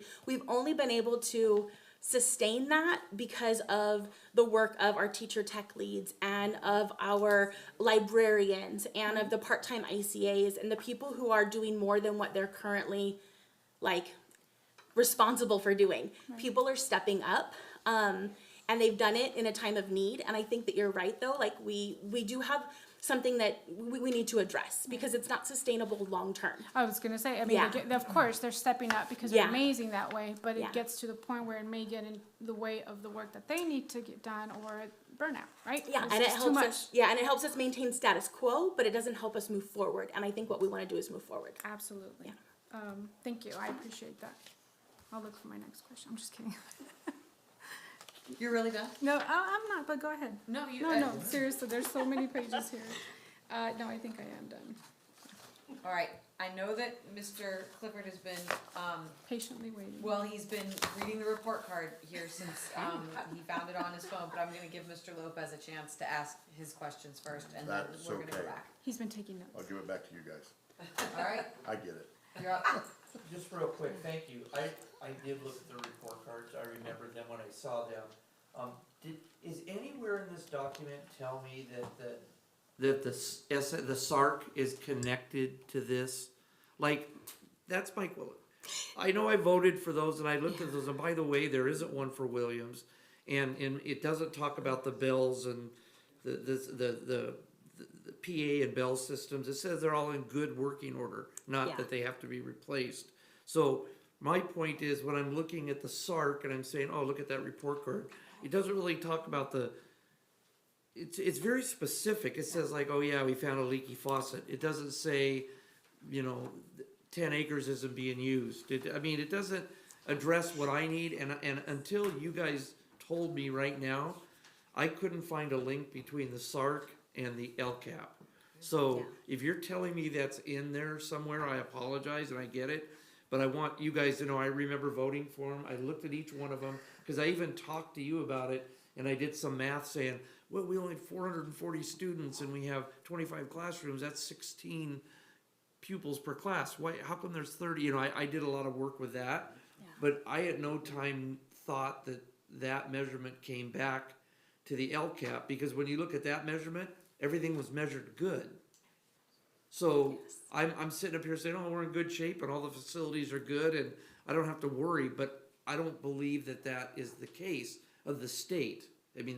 Our state. So that's the confusion I'm having. Well, and it also sort of seems like maybe not all the metrics are there, right? There are metrics. That's a that are fair there, statement. You know? But I didn't know that SARC was the quantitative measurement for the facilities Yes, yeah, so that's, until right now at this minute. and And I that's just fair. wrote myself a note, add SARC to description. There you go. So that way- Then I could have looked at it, I would have. There you I go. wouldn't have had that But that's good, missed. that's part of the feedback process, is to help us refine it, because really this document is intended, Thank you. not necessarily all for the board. It's really intended so our community, people who want to come live here, want to know what we're doing with our schools. So giving me the feedback that helps me refine it for anyone out there to come look and go, okay, well, if I search SARC on a district website, I can find that result. So I will absolutely add that to the description. And there's no SARC for Williams or other places that don't have pupils in them. So how do you reconcile that? I defer over to our head of maintenance and operations over there. See, team players. So I think to be able to address some of those things, some of the things that we look at is not only with looking at the SARC data that goes in there and our team walks, we also walk it with our insurance and with our JPA. We actually bring out an independent consultant that comes out and actually works with us on that. Again, we have to prioritize because we can't do it all at once. So we take the biggest things first that are the most immediate need. I'm not sure if that completely answers your question. No, because that just makes me say that they should be part of that measurement. Again, it's just more measurement stuff, but I think I have enough to understand the void that I had before this, but I have to do a lot of work before Thursday, and I'll figure out how to do that through you, just to understand it better. But I don't see the correlation to the results of the SARC equaling the concerns and the goals of the LCAP at this point. And I have to justify that in my own head, in my little pea brain before a vote. That's all. Who writes the criteria for the SARC? State. The CDE writes the criteria, and there's actually a document that you have to follow for each of your school sites. And it's literally you can only enter exactly what it is, you feed it in there, and it feeds straight in. So they have a very specific criteria and template that you have to utilize for that. And is there any opportunity to add local criteria? Not in that format, no, not to SARC. Okay, and then, so I kind of get what you're saying. We've got LCAP surveys, right? Where we're asking students, teachers, community members, et cetera, right? For their feedback as far as the LCAP is concerned. And that isn't necessarily directly related to what the SARC comes up with. Is that what you're not seeing the correlation? I see that they're saying this, somebody told me tonight the SARC is the quantitative measurement for the LCAP. And that's why I don't see that For link, one but- action, so One it's the action. quantitative measurement for goal 4, action 2. Each of the different goals and actions has a variety of metrics that go with it. And that one, if you look at the top of goal 4, you'll see a metric table, and that's just one of the metrics that goes in there. But as we revise, again, that's one of the things, if we can find other ways, like if we want to add our safety walks to future revisions of the LCAP, we can absolutely add metrics. We stick with the metrics that you have, because as you're measuring through the years, you stay with the same metrics. But we are absolutely looking to make sure, you always want measurable progress. So as we go forward, we'd love to see more ideas on how to more specifically address those goals. Well, we do have community members coming in and asking us about facility-specific questions that way. So having some local metrics. I also That's think what I'm it's- saying. I'm agreeing with you. We can Yes. absolutely. It's also important to remember that the survey results is how the survey questions were asked. It was on a scale of 1 to 5. How important are these things to you? So it was never, the way the question's asked, and then you can only analyze based on that. It is not what, it's not prioritize this, what, out of these 3 things, which is the priority. It's, here's having safe and updated facilities. How important is that to you? 1, 2, 3, 4, 5. 5 being most important. How important is it to you for academic achievement? 1, 2, 3, 4, 5. So that's why that piece about the survey revision is so important, because the survey is not necessarily providing us with some of the things that you're asking right now in that connection. So when we come up with those themes, it was the themes that were most important to those responding to the survey at the time. And we had listed, here are all these, 26 different questions of what could be important. And then it was, how important is that to you? So if I'm taking that survey, I could have put a 5 for everything, right? All of these things are important for me. So it's, when you're connecting that survey to the LCAP, the metrics, and the SARC, it's important to remember how that question was really asked and how we developed those themes. And that's one of the reasons, when we were looking at the data this year, we were, even at the table groups, we were saying, well, we want to know more about that. Right. And so that was, you keep the same survey throughout so that you have the same comparison. But we were saying for our next cycle, we absolutely want to be able to revise our survey so that you can, even if you rate it, like, and now forced ranking on these, or now give us, you have like open response area so we can get some more qualitative data with that. You said this, like for all ones, give us a brief explanation of what you mean by that so that we can get additional data to use. But with the current, it was pretty universal at each of our tables that somebody talked about a desire to revamp the survey in our next cycle. Mr. Clifford, just because it's not in the LCAP doesn't mean that it's not important and that we're not working on systems, and support systems. I really think I need to kind of call that out because, like, I think about, we bring in someone to look at all of our fire extinguishers every year, right? Like, we have a cycle and we've got to go off, we got to go fix it. It's not going to be in your LCAP. But we've got things that we've got to do to make sure that our schools are maintained in a safe and healthy condition.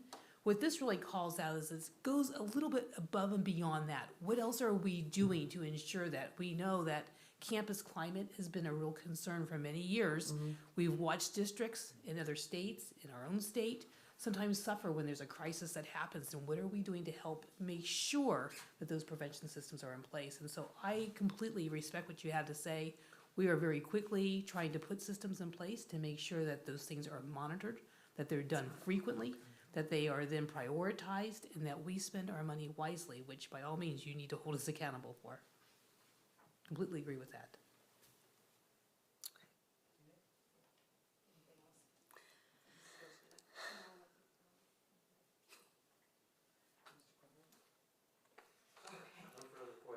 Okay, all right. Then we are going to move on to the public hearing for this LCAP presentation. The public hearing is now open for the local control accountability plan. Are there any public comments regarding this hearing? Yes. Okay, come on up. Do we need him to fill out a public comment card?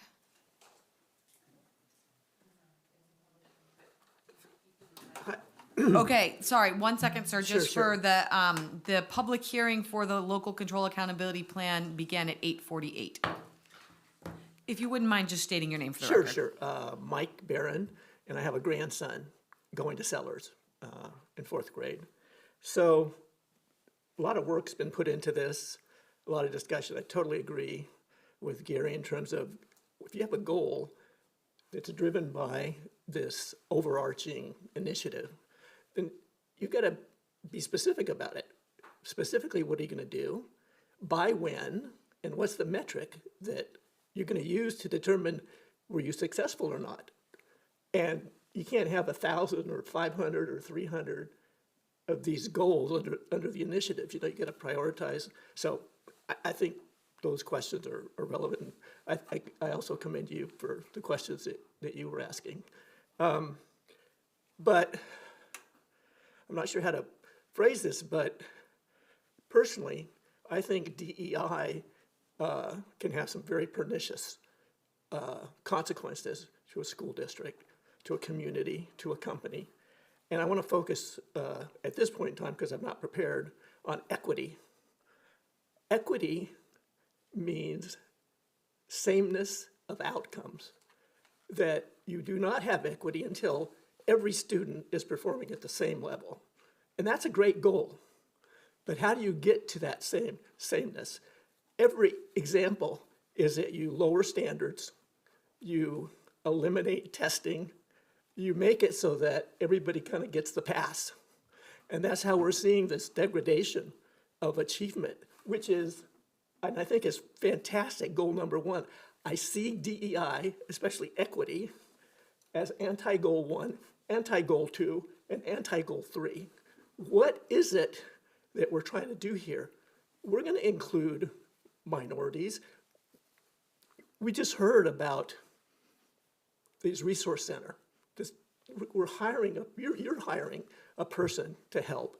You're providing extra resources to help math, to help people that don't speak English that need that extra help. And all those things I commend, but equity in the DEI words, I think can have that bad effect because it starts to focus on, it's just the results, equality of results. And we cannot force that. That's what happens in totalitarian governments.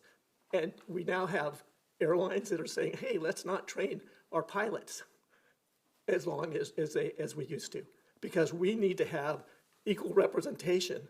Our pilots, if there's 48% are Hispanic, then 48% need to be pilots, irrespective of competence.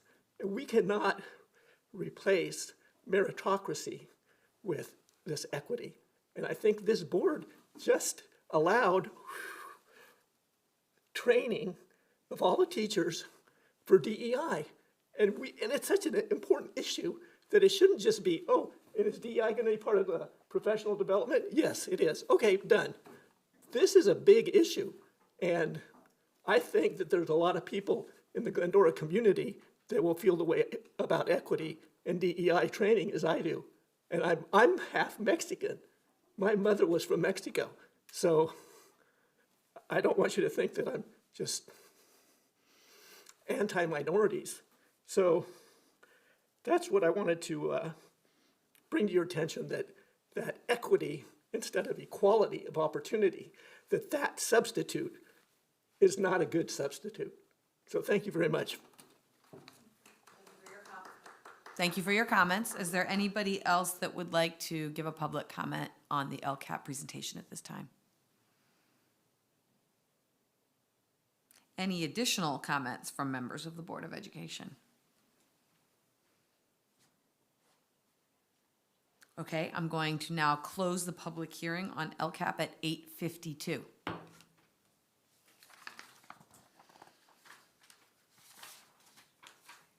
Give me one moment to shuffle my papers around, please. Okay, here we go. Now we're going to move on to item 3.11, staff presentation and information, 2022-2023 estimated actuals and the 2023-2024 fiscal year budget. So excited to present our proposed budget to the Board of Education this evening. Mrs. Walzak will be doing the presentation. As you know, this is an ongoing conversation that has been happening all year to be able to prepare for our upcoming proposed budget to the board. It has a cycle of dates that we continue to come back to the board to be able to let the board know exactly what our responsibilities include. It includes us closing out our books in July. It comes back with the actuals, comes back then also with our first and second interim. We take a look at the January proposed budget by the governor. We look at the May revise, and then we then form our adopted budget. So I'm excited this evening to bring Mrs. Walzak up to be able to present our proposed budget to you.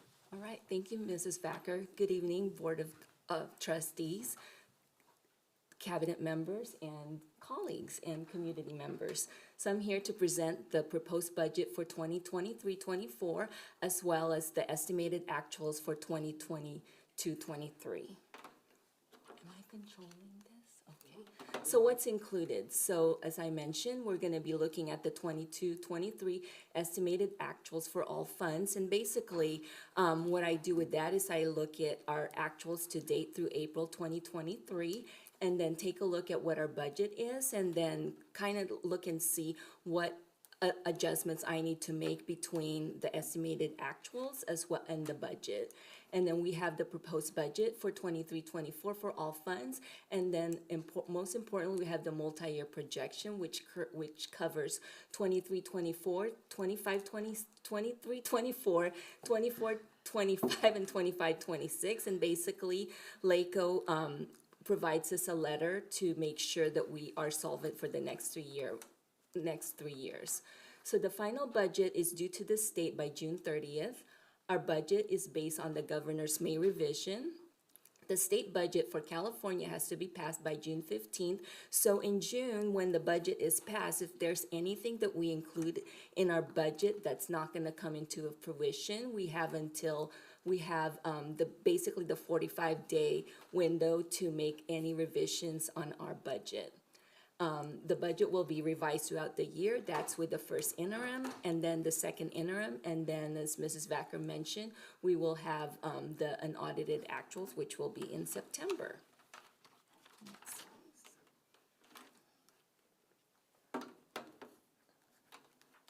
So this is the 22-23 estimated actuals is the best estimated of our unaudited actuals.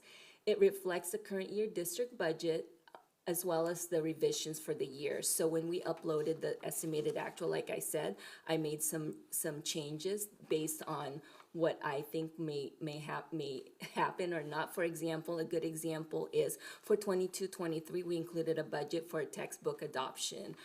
That's happening right now. It's in progress. It's happening. We're excited about it, but we're not going to get the bill until probably the end of June, early July. So then I had to move that budget into 23-24 and take it out of this year's estimated actuals. That's just an example.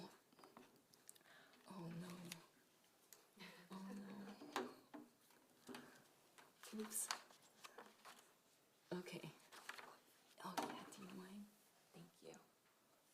So we also reviewed the LCFF, the most current LCFF calculator. We took a look at the categorical programs, grants, revenues, other expense accounts, as well as other funds.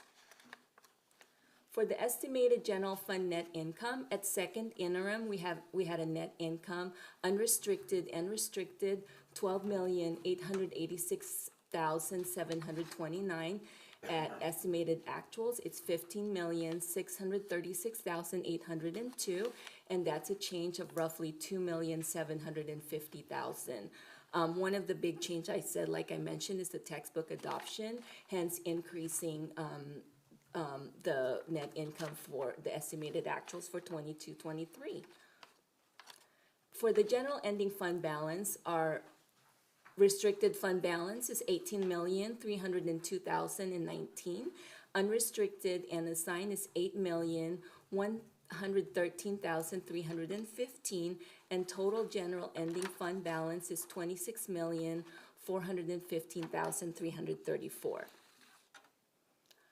For the 23-24 budget from the governor's May revision, we're basically the COLA change back in the January budget. It was 8.13 and it went up to 8.22. This was also been the largest investment in the governor's budget is the LCFF with an additional 5.04 million. And then the other major investments that the State of California is including in the categorical programs is the COLA. In the past, the categorical programs did not get the COLA. For this year, the categorical programs will be getting the COLA, which is the 8.22%. There's also adjustments to the proposed LCFF, reflecting both the COLA and the decrease in enrollment projections. And then also for the California budget, it's the proposed funding to support the equity multiplier and the TK ratio remains unchanged. What's not in the May revision? Like in January, the governor does not propose a reserve withdrawal, which means the governor's holding back on using the rainy day funds, which may need to play, if the economic condition worsens, then that's where he might go. But for right now, that's not the case. Deferrals, all apportionments will be paid on time. During the pandemic, there were some deferrals that took place, and we did not get all of our apportionment on a timely manner. But this year for 23-24, that's not expected, and all of the apportionments will be paid on time. The governor's proposal for 22-23 block grants is included, and that's including, lowering the arts and music instructional material as well as the learning recovery block grant. And then as far as the COLA is concerned, while the COLA is historically high at 8.22, he proposes to fully fund the inflation factor on the LCFF categorical programs. Just taking a look at what changed between the governor's January budget versus the May revise. LCFF funding went down by from 5.04 billion to 4.04 billion between January and May. The minimum guarantee for Proposition 98 for 23-24 also went down a little bit from 108.8 billion to 106.8 billion. The statutory COLA went up from 8.13% to 8.22%. And then arts, music, and instructional materials discretionary block grant was reduced from $1.2 billion in January to now we're looking at $1.8 billion. And then the learning recovery emergency block grant was also reduced. Back in January, there was no talk of reducing that grant, but in the May revision, the governor reduced it by $2.5 billion. Just a little cartoon, which goes perfectly with our science adoption. We have Governor Newsom trying to balance the imperfect science. So we have the LCFF. So in order to fully fund the LCFF, he's like, what are we going to do? So he reduced the arts and music block grant and then as well as the learning recovery block grant. Again, that could change because this year, the taxes, the big three taxes, we have the personal taxes, business taxes, and sales taxes. But the personal and business taxes, those were automatically extended to October 15th without having to file an extension. So a lot of people took advantage of not having to file by April 15th. Therefore, a lot of those revenues probably won't come in until later on, closer to October. And so... Hey, do you remember when you were in like the class and you were making the volcano and you added the two different ingredients and they kind of erupted? That's what that picture reminds me of. And then for our budget, for Glendora's budget, 23-24, we've talked about the ADA cliff. So we're still using, he hasn't taken it away, but the funding would be based on the greater of 1, current year ADA, 2, prior year ADA, or 3, computed average ADA using the 3 prior years ADA. Our proposed budget, as well as our multi-year projections, are using the computed average method, which is using the 3 prior years ADA. Should the funding formula revert back to past formula, GUSD will be losing approximately $6 million per year in the LCFF funding. And I know we're working with the legislator, couple of our board members, Mr. Clifford, and I'm not sure, working with our legislator to change the funding in regards to enrollment, which would be more beneficial for a district with declining enrollment such as ours. And I just want to illustrate the 2011 to 2023 average daily attendance, or ADA. So our latest one, 22-23, P2 is at 6,128.58. So we can see it's been decreasing for the past 2019. 2020 was the last one where we did actually 18-19 P2, but because of the pandemic, the 2021 years were not measured. So just a little illustration.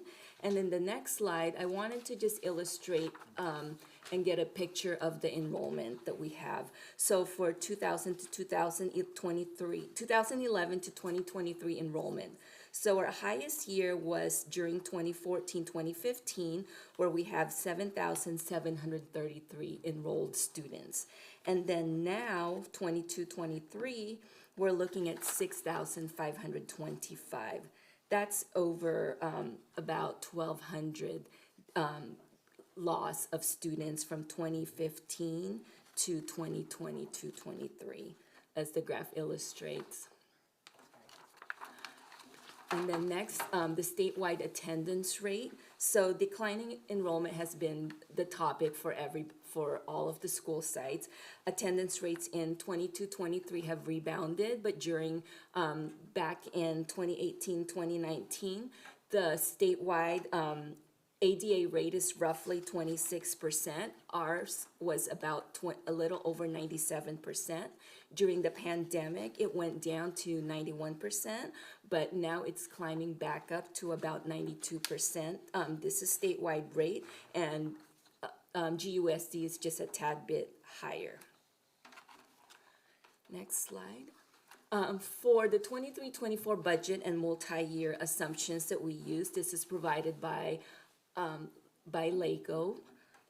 So we have our COLA for 23-24, 8.22, 24-25, 3.94, and 25-26, 3.29. Again, this is all subject to change.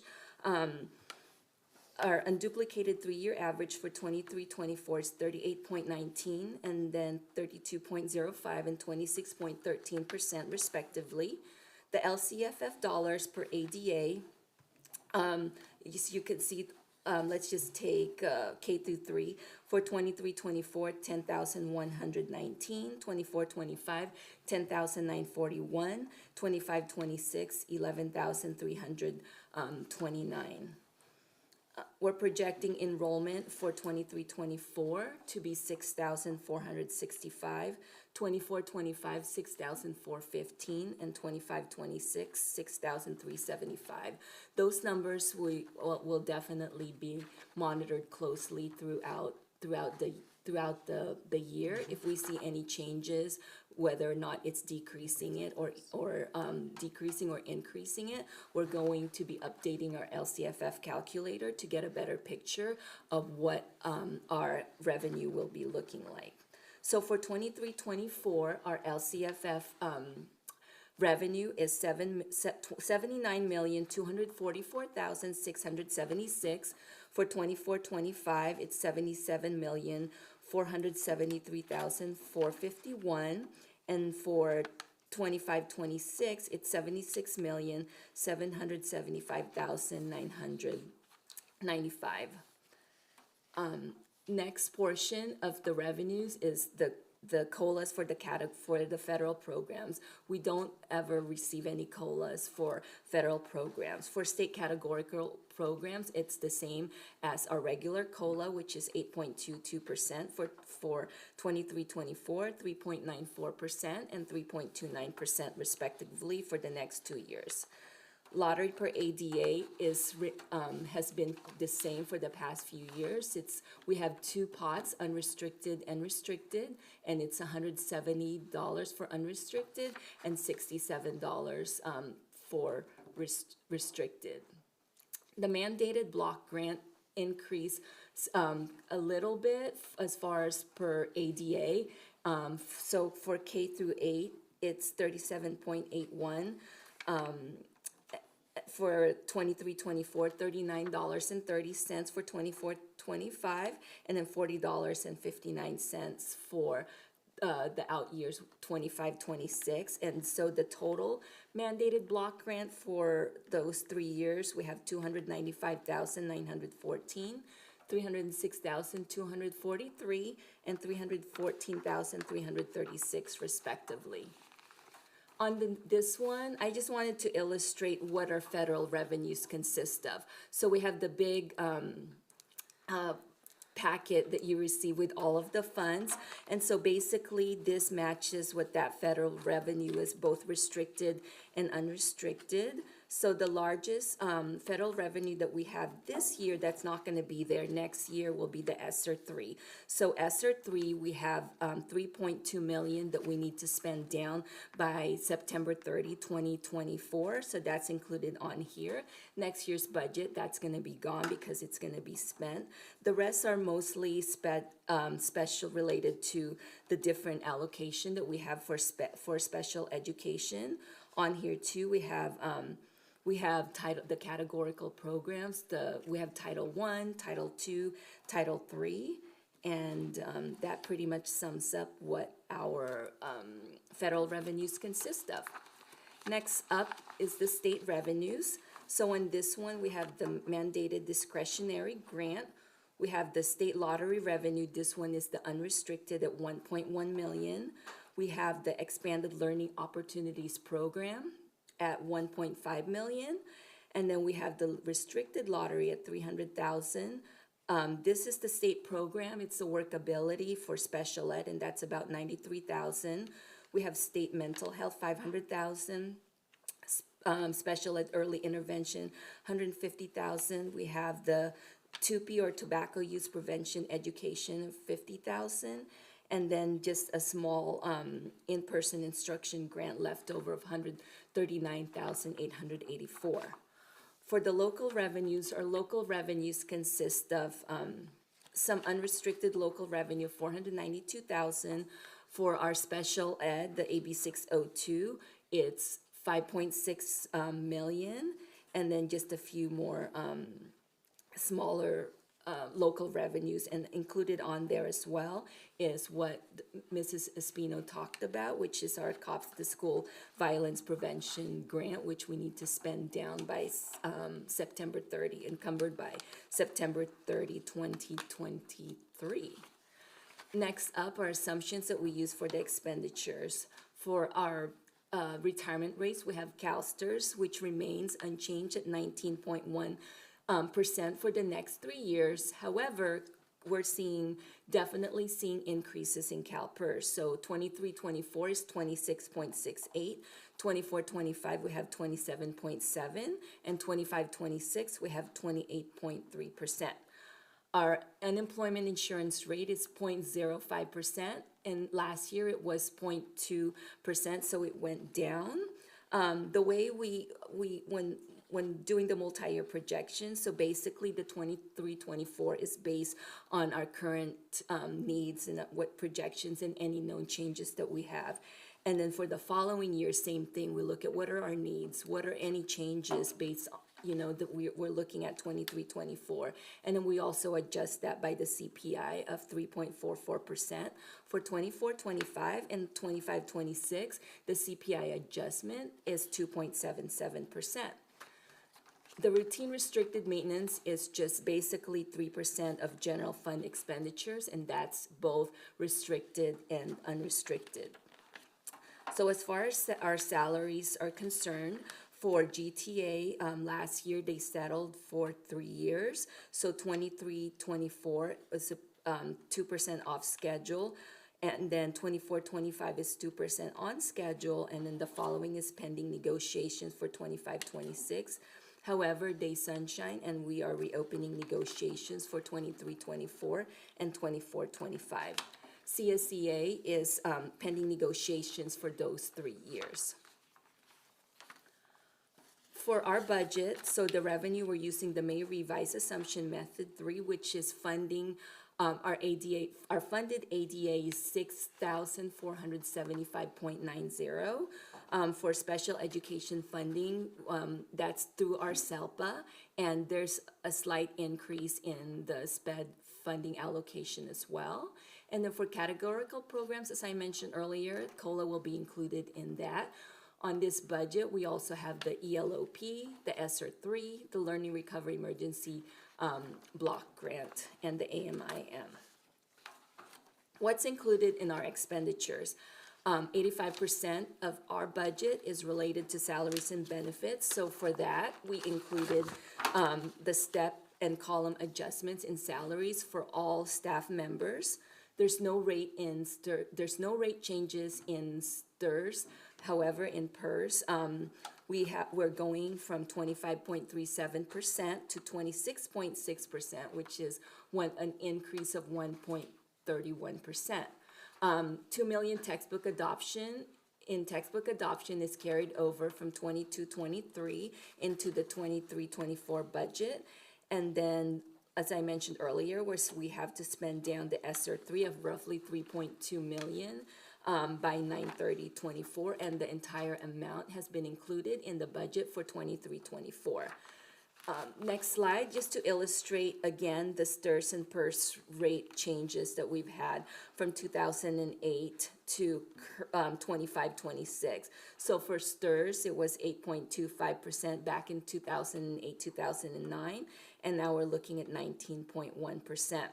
PERS in 2008-2009 was 9.428%, and then for 25-26, it's projected to be 28.3%.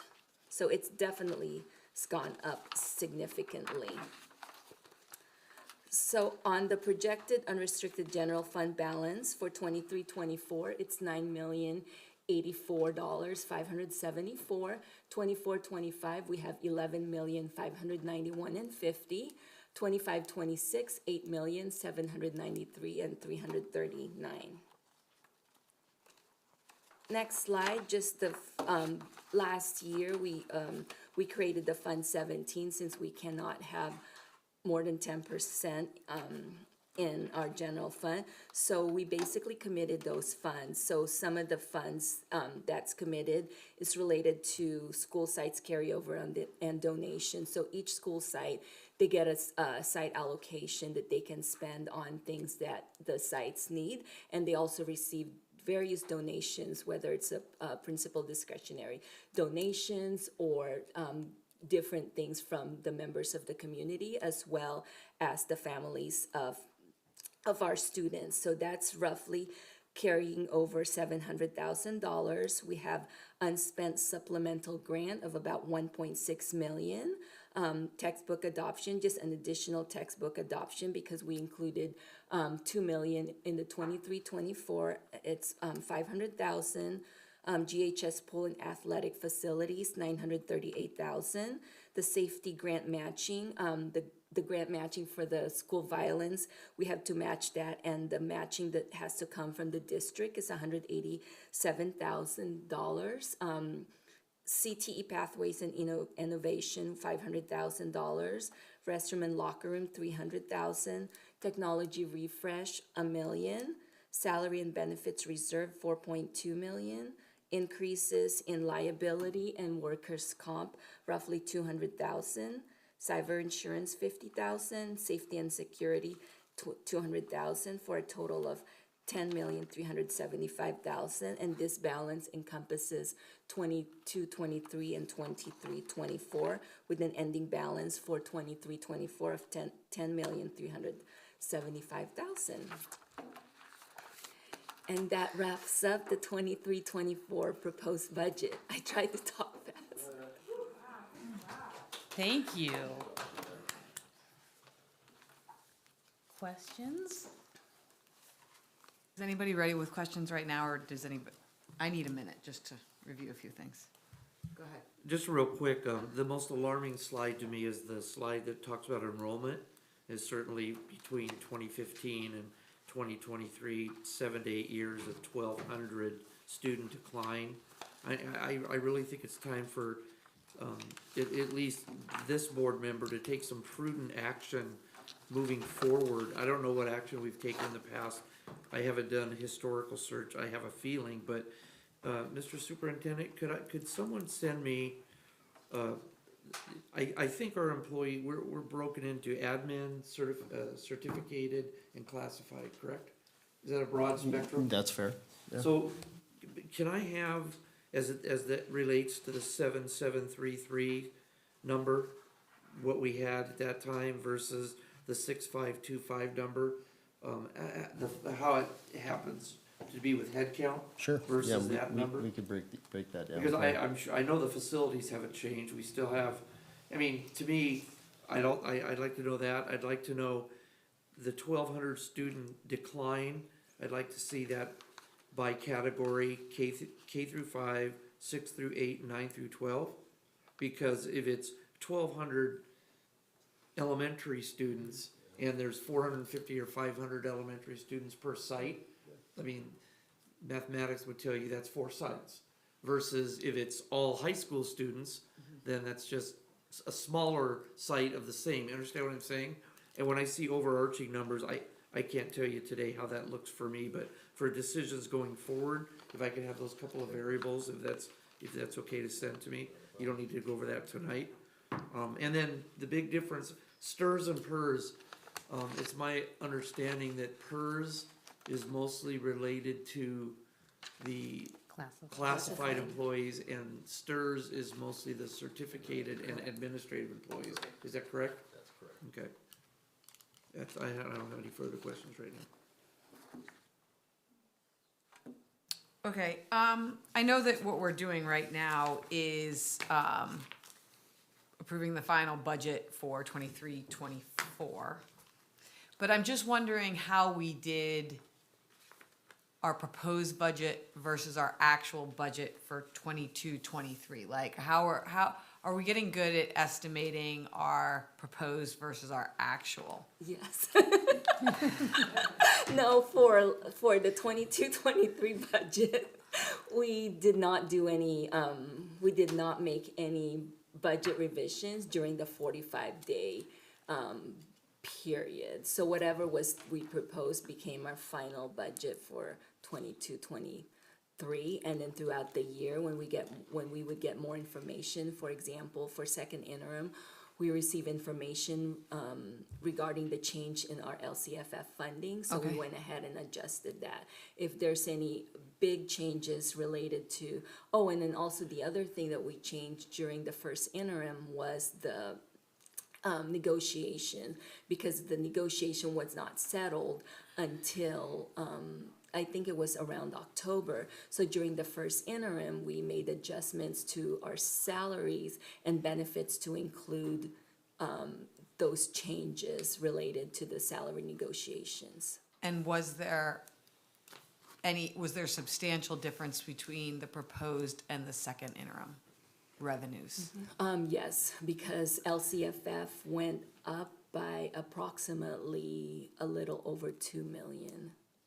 $2 million Yes. was the change in the revenues Right. there. Okay. From the proposed budget for 22-23 versus the second interim for 22-23. Okay. No, that was an increase. That's a overall increase, right? Right. That's moving forward as well, correct? Right, they gave us a different allocation to be able to use then we were able to make that adjustment. So that was really related because for last year, we had the COLA was 6.58% or something around there. And then there was an augmentation COLA that was given for 6.13%. So that adjustment that was made during the second interim was related to that 6.13%. Sorry, one more time. Okay. So Yeah, so no, because it's 22. So during the second interim, our LCFF revenue change due to the change in COLA, basically. So right before the second interim was due, they gave us an additional 6.22, was it 6.2? 6.22. Somewhere around there. Additional on top of what was already given and included in our budget. So then what we did for second interim was we adjusted our LCFF revenue to reflect the total COLA Okay. that was gonna be received for the 22-23 fiscal year. Okay. I know. And sorry, I know I'm going No, backwards in it's time, but I'm okay. really just trying to understand what we do if things change, like, because I'm hearing a lot about all this economic uncertainty, et cetera, et cetera.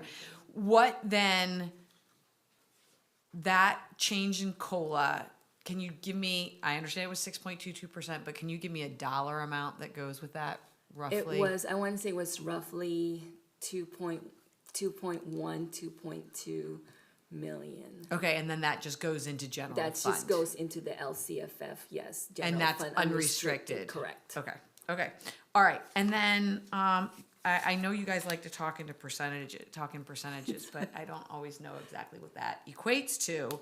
So when you talk about on the 2023-2024 budget slide with these little orange and blue lines on them, just for everybody, you talk about you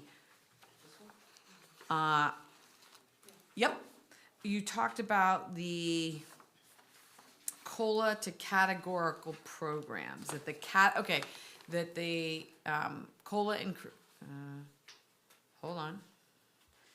that the COLA increased and that it applied to the categorical programs. Correct. Can you tell the viewing public generally what that means? So, when we're funded, for example, a state program would be let's just say one of the special ed, state revenue allocation that we have. So that's a state categorical program. So if our allocation is, let's say, $500,000 based on our ADA, and if it's funded with the state categorical is funded with the COLA, then it adds the additional 8.22%. And that's not typical? Not in the past, no. Okay, and so adding the COLA to those categorical programs, while I appreciate that it's being added, the 8.22%, what does that mean in dollars? I would have to get my Your calculator abacus out real quick? Real quick. Okay. Let me see the screen that shows our state revenues. Can you do, sorry. So,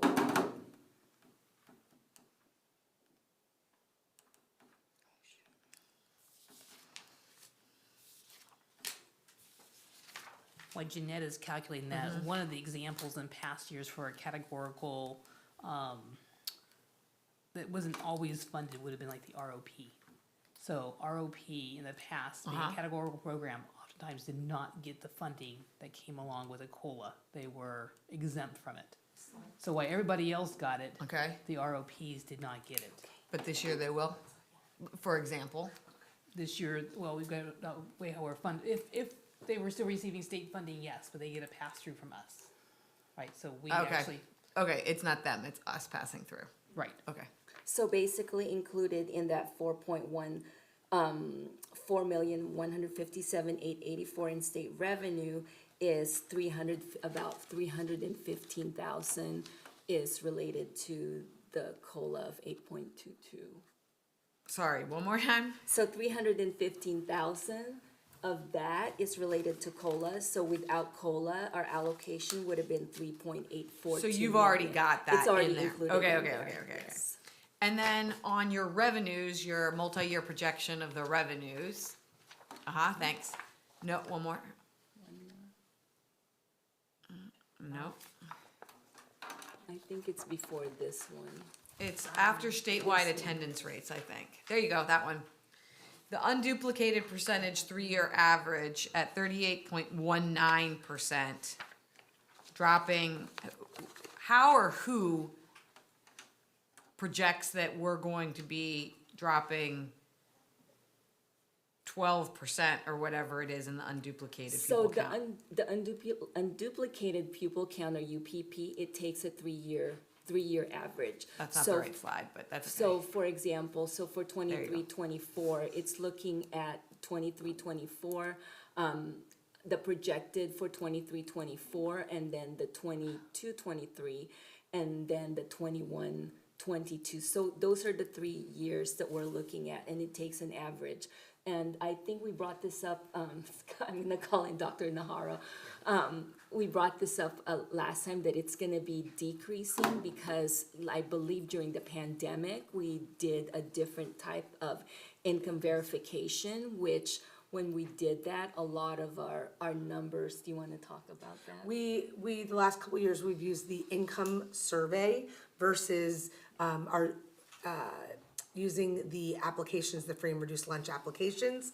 And when we use the income survey, our single source of truth, we were using too many sources of truth to calculate that number. So we're going back to the single source of truth, which is are the free and reduced lunch applications. So the income surveys were used when people did their data confirmation and asked some questions regarding that, and then put them in categories of free and or reduced, but without the backup documentation, which is the free and reduced lunch applications. So we're going back, the income survey is no longer on the data confirmation, and it's all based on the free and reduced lunch applications that parents will have the opportunity to fill out after July 1st. So the numbers from the last 3 years may have been a little bit higher than our typical numbers.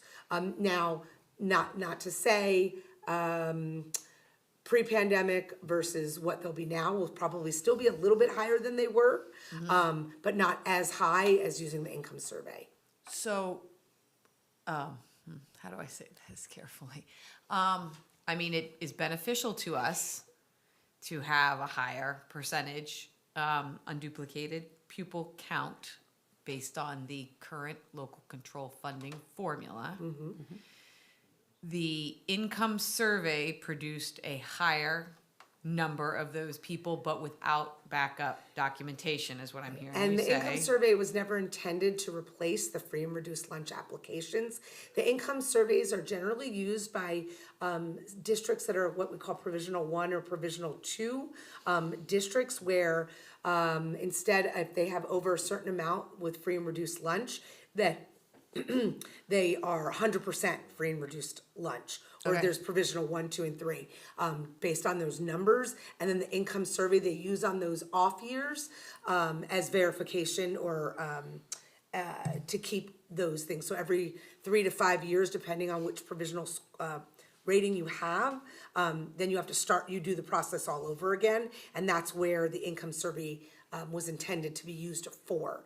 However, during the pandemic, as we were transitioning to more things digital and having free meals for all, we moved away from that income survey. But for auditing purposes, we do need to have the free and reduced lunch applications to support those numbers, because you could fill that income survey out without any verification of what your actual income is. And so then we would not be reporting things accurately, and we could then have to respond to the auditors differently. Yeah, this is important.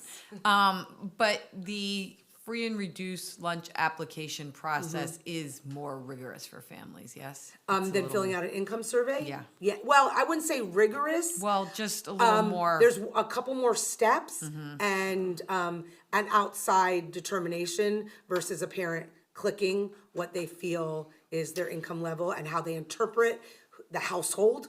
Yeah. As well, and again, no backup for that. And I just am concerned with the funded for the foreseeable future free meals. People don't feel compelled Correct. to fill out that application and, you know, We are working very hard to make that part of the data confirmation process. It's actually going to be the second step. It is a link to the application. We cannot force it. Right. But we have some Canvas, we have some social media. Also, people filling that out may have the opportunities for the ELOP benefits, which might include free and/or reduced daycare, as well as additional after-school programs. So we are really using that as our piece to encourage parents and families to fill that out. And we're really working to use that in all of our language when we're talking about registration and re-registration and data confirmation for parents to do that. I believe even in the last few months, we had a big push for families to fill out the free and reduced lunch applications because we needed those numbers to provide the free meals that we provide over the summer, not the summer school meals, but the free meals that we have that are for the entire school community. We have them at Stanton. We needed that number to boost up a certain amount. We needed those free and reduced lunch apps in addition to the direct certification. And we did a push for that. And we were able to meet that. So I think we had more families fill them out in the springtime than they had in the past. And we were able to meet the percentage that we needed in order to provide those free meals for the community for the summer. So knowing that push, and then that was really only at one school site that we really pushed it. If we do that same type of push, same social media push, same outreach, I believe we will get we'll get a better response. okay, it's important for us to get as many of It those is. unduplicated pupils That is correct. accounted for as we possibly can. I agree. Okay, I reserve the right to ask future questions. Who else has questions? Do you want this or not? If you can control it. Gary, nothing? You already gave me a chance. I asked some, remember? I know. I did have one more. I want all of our people that are watching this at home to understand the difference of being paid on daily attendance versus daily enrollment. So there's talk right now. Our alleged daily attendance is 6,100-ish, and our enrollment is 6,500-ish, which is about a 400 pupil difference. And if we're able to get funded for what we actually have to enroll for and hire teachers for, which is what we're striving to do, what is the per pupil? Is it 30,000 a year? Per pupil for LCFF, if on an average, it's roughly 10,500. Okay, per 10,500. yes. So that's another 10,500 times 400. 400. So another 500,000, right? Ish. Yeah. And I think that's important to note, right? That's one of the things we're struggling with. So, huh?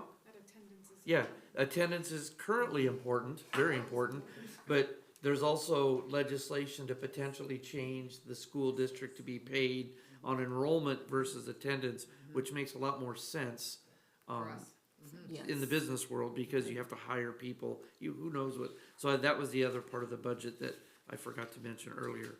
Thank you. All right, thank you.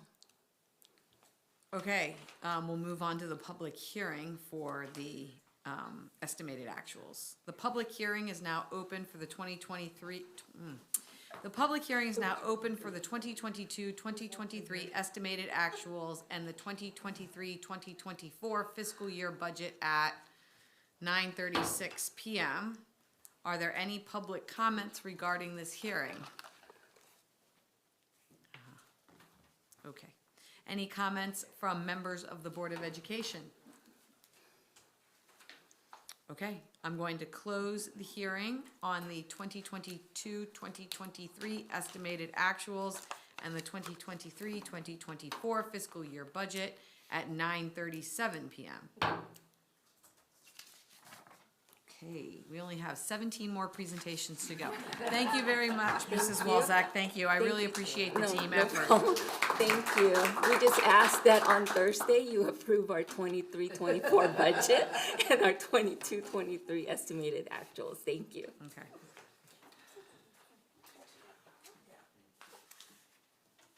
Okay, I'm just trying to find myself here. We are now at the comments from members of the Board of Education. Mr. Clifford. Thank you, Madam Chair. I just wanted to say thank you to our students, to our staff, the certificated, the classified, all of our volunteers for the 2022-2023 school year. I mean, I came in the middle of it, I think, right? Or yes, and the celebrations at the end were significant to me, the graduation ceremonies, and I appreciated all of the staff members that showed up to celebrate with the students. I mean, that was quite an honor for me, and I look forward to doing that in the future. But I was very impressed with the behavior of our students, the attendance by parents and family and staff to come celebrate with them. Also, we have many of our athletes that are noted if you read the newspaper and the sports page and other ones. I talked to the superintendent, but certainly there's one of our athletes, Bridget Namath. If you saw that in the newspaper, the Namath family is a staple of Glendora. They've had, her grandparents have a business in Glendora, her parents have a business in Glendora, and she's been noted as the Hacienda First Team selection standout. She's one of our region's top pitchers, and she's been called the most complete player in the San Gabriel Valley as it relates to women's softball at our high school. And I just think that's noteworthy, so I'm going to ask the board to consider Bridget along with the other ones. I think McKenna Coleman was also mentioned in the same article. But these are fantastic Glendorans that come from families that have worked very hard, and for them to be noted in this region to me means a lot when I read it in the newspaper. And if possible, at the next board meeting, and I know they're probably out doing their college planning and their vacations, but if we could reach out to a couple of these students to have them come in and at least acknowledge them, I would feel good about that. We did, and Bridget was at pitching practice tonight, and that's why she was not able to attend. But that doesn't mean we don't want her to come. It just means she's so committed to her sport that she was unable to attend this evening. Right, but I know that I'll use a term from years ago. Coach Lopez certainly knows a lot of these students, and when you see them and they come out in public in the newspaper, it's a warming feeling. I think I texted that article to hundreds of people that day that I read that. So I would just like to, if we can, Madam Chair, in a future meeting, have a list of a few of them and honor them if we could. Sure. Thank you. Nothing further. Mrs. Garcia? Thank you. I echo Gary's comments with regards to the congratulations to all the graduates, the commencement ceremonies, and all those celebrations were just very, very special, and I will definitely take a lot of those beautiful moments with me because we're here for the kids. So being able to experience all that with them was very, very special to me. So thank you for allowing us to be a part of that. With that said, I want to take this moment and acknowledge Pride Month and say Happy Pride Month to our LGBTQ+ students, teachers, staff, and community members. I was able to attend Glendora's second annual Pride in the Foothills this past Saturday at Finkbeiner, and it was heartwarming to see our students, our community members there. We saw government officials. Mr. Gary Boyer was there, which was very nice to see him there. Ms. Karen Davis from City Council. You know, it's an opportunity for our students and our community members to be able to just come out and as they are. And I hope that as a community and as a school district, we continue to make them feel welcome and just appreciated and safe to come to school, to come to community as they are without fearing in any way, shape, or form. So happy Pride Month, and that's all I have. Thank you. Mr. Lopez? I too would like to echo the sentiments of our school board and talking about the end of the year events that happened. I could not attend many of them, as I have our own. So the Glendora High School graduation was awesome, of course. Jamie, I have to apologize. We probably made it last a little bit longer by not understanding how to take a picture with a graduate. It probably went like 20 minutes over. But it was a great event. It was a good event, and I always appreciate the graduation because it's so well done and it goes fast, as well as all the work that's put in by our staff and our students over the years. K-12, they're working hard all year long along with our staff. So just kudos to everybody. Good job, Glendora. I want to echo everybody's thanks to all the invitations that we received to celebrate all of our students for their many accomplishments this spring. Everybody loves to attend, so thank you for always inviting us. I hope everybody is doing their best to take a break right now. I hope that our teachers and our staff members, while I know that they may not be here every day, I know they're always thinking of their students, and I hope that they are taking some time to recharge their battery for the upcoming year.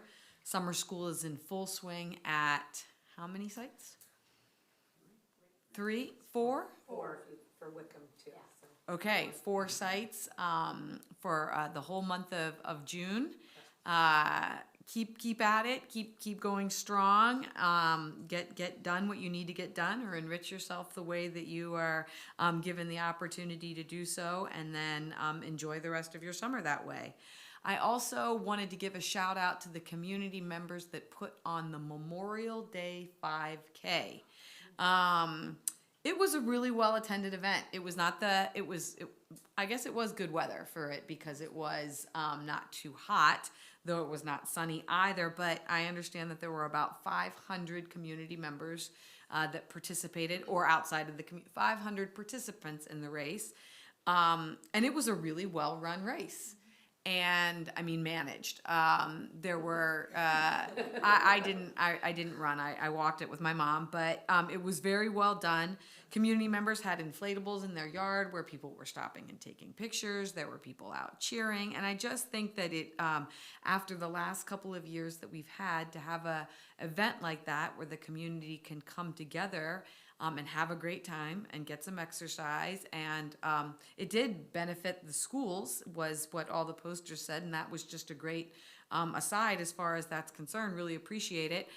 In emailing back and forth with some of the organizers, they're really hoping to bring back, if you can remember when we did the Fit for Fall 5K several years ago, there would be like inter-school competitions, and to get more of our students out and our young people out. So I just want to give it a quick little plug and thank everybody that was involved. And I will start talking it up next year. And I think we should do a dais race where we will all race each other up there. Okay? All right. Well, we're all going to be there, and we'll. I said it here, folks. But everybody, continue to have a nice summer, and we will be back on Thursday evening for the LCAP and the budget approvals that way.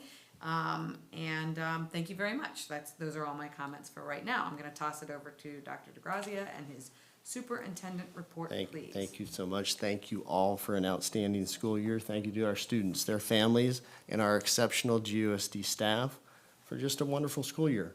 It rolled right into the summer acceleration program with many wonderful events happening at Cullen, Sellers, and Glendora and Whitcomb High Schools.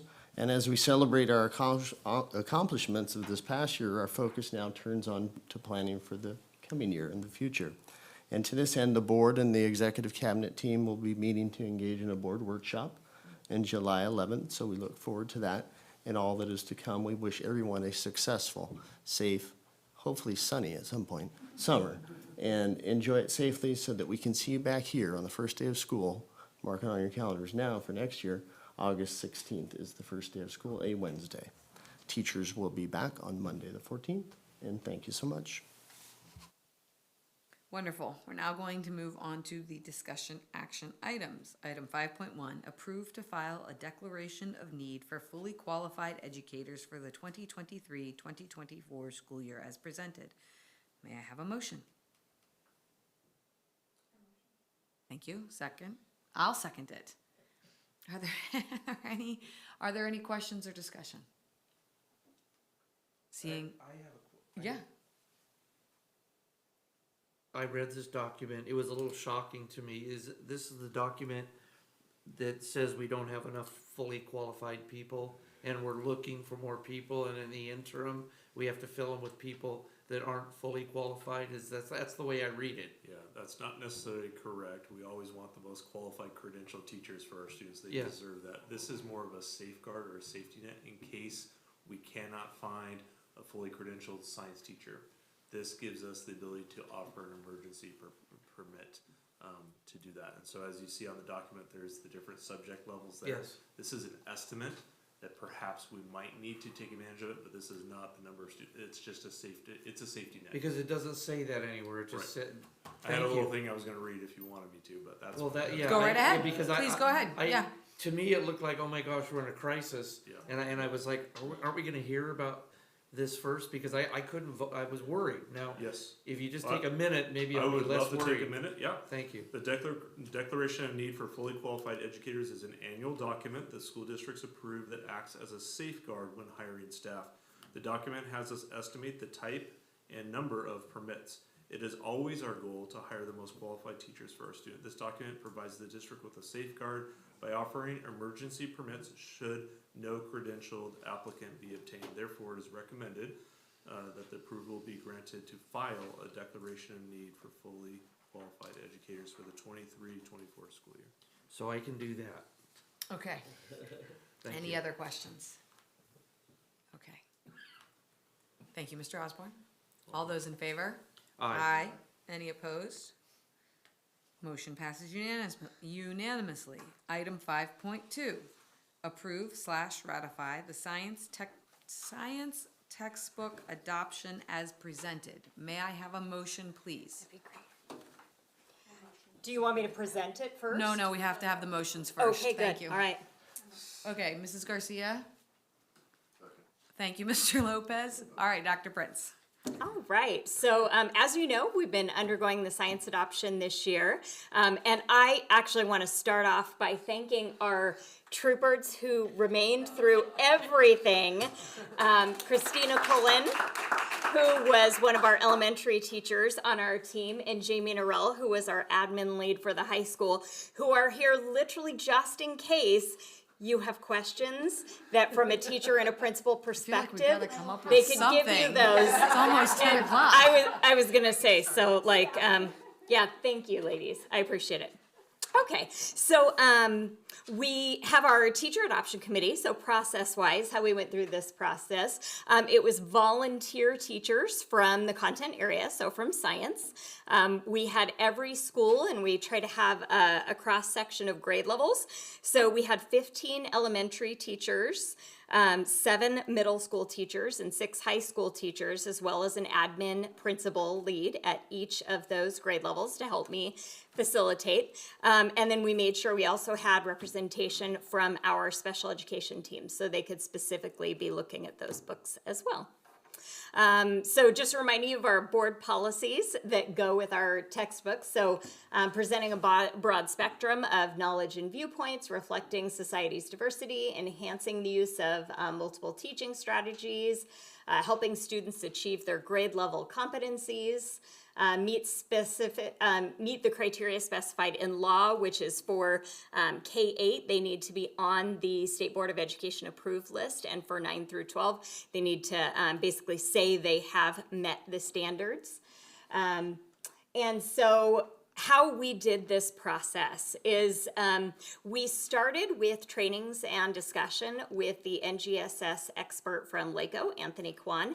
We started as a whole district looking at what are the NGSS standards, what do we need to see? What do we need to know about this? Looking at the rubrics, developing a vision for what we wanted, looking at the standards, looking at the toolkits and the rubrics we were going to use and the process. And then we came up with, as a GUSD, what are our non-negotiable items we must see in this program to adopt it? So these were what our teacher team came up with as our non-negotiables. Obviously, it has to meet the NGSS standards. That's a given. We need to have tools for differentiation built into it. We need to have quality tech that syncs easily. So we brought in Mrs. Espino for some of those conversations to make sure we had the rostering down. It needs to be useful and engaging for our students, have hands-on labs and quality assessments, usable ancillary materials, so those extra resources you have to be worthwhile. And then real world context, so our students can have their science learning apply to their real life and their past knowledge, their prior knowledge. So our process, it was very rigorous. We started off with our training, then we went to a pre-screening, which was 3 different rubrics looking at it. And so each one of the publishers, we had a variety of publishers, and our teacher teams would go through and they'd look at the pre-screening process, and we'd say, okay, these ones, they don't make it. We're tossing them out right from the beginning. These few, they're looking really good. Let's dig deeper. So we came back and we did a paper screening, which is a more in-depth rubric, deeper in NGSS alignment. So really looking at those.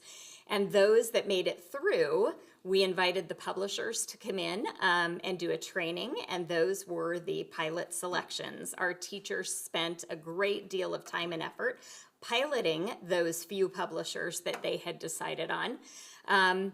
And then we had discussions. We did consensus building. We talked about what are the pros and cons of each.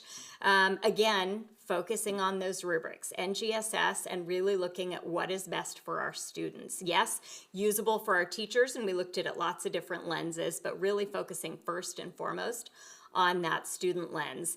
And I'm so proud of our team through this process. It was a beautiful, smooth process. And I mentioned in closed session, it is nearly unheard of to have a unanimous decision in a textbook adoption. You have a lot of voices in the room, a lot of different opinions, a lot of people that want different things. But after our consensus building, it was unanimous decision at all 3 grade levels. So all of our teachers felt really strongly and did a great job in choosing our curriculum to recommend to you guys. So we had a public preview for the past week. Anybody in the public could come in and preview. We had all grade level materials in Ed Services. And we did have some take us up on that. And we had 5 of our GUSD parents came and gave us written feedback. All was supportive. They loved the rigor. They liked the hands-on labs that were involved in the curriculum. And then we had 2 non-parent community members who were in support but stated they would prefer the textbooks include religious creation beliefs in addition to evolution, which is part of state standards. So we have that and provided that feedback to district to our board in closed session, and then again now. And so now we are on the next step. So what did they pick? Our elementary team is recommending adoption of Amplify Science, our middle school team of TCI Science, and our high school team of McGraw-Hill Science. And there were a lot of different components that go with this, a lot of different, whether it's, elementary has tons of hands-on kits that come with it, and we'll be replenishing those as needed each year. They have readers that come with the sets. Just a really extensive curriculum that our teachers can dig into and not have to recreate the wheel and pull in so many outside sources as they're doing it. So we are so excited. Our last textbooks were very out of date and really needing to be replaced. So we're really excited for this next step of the process.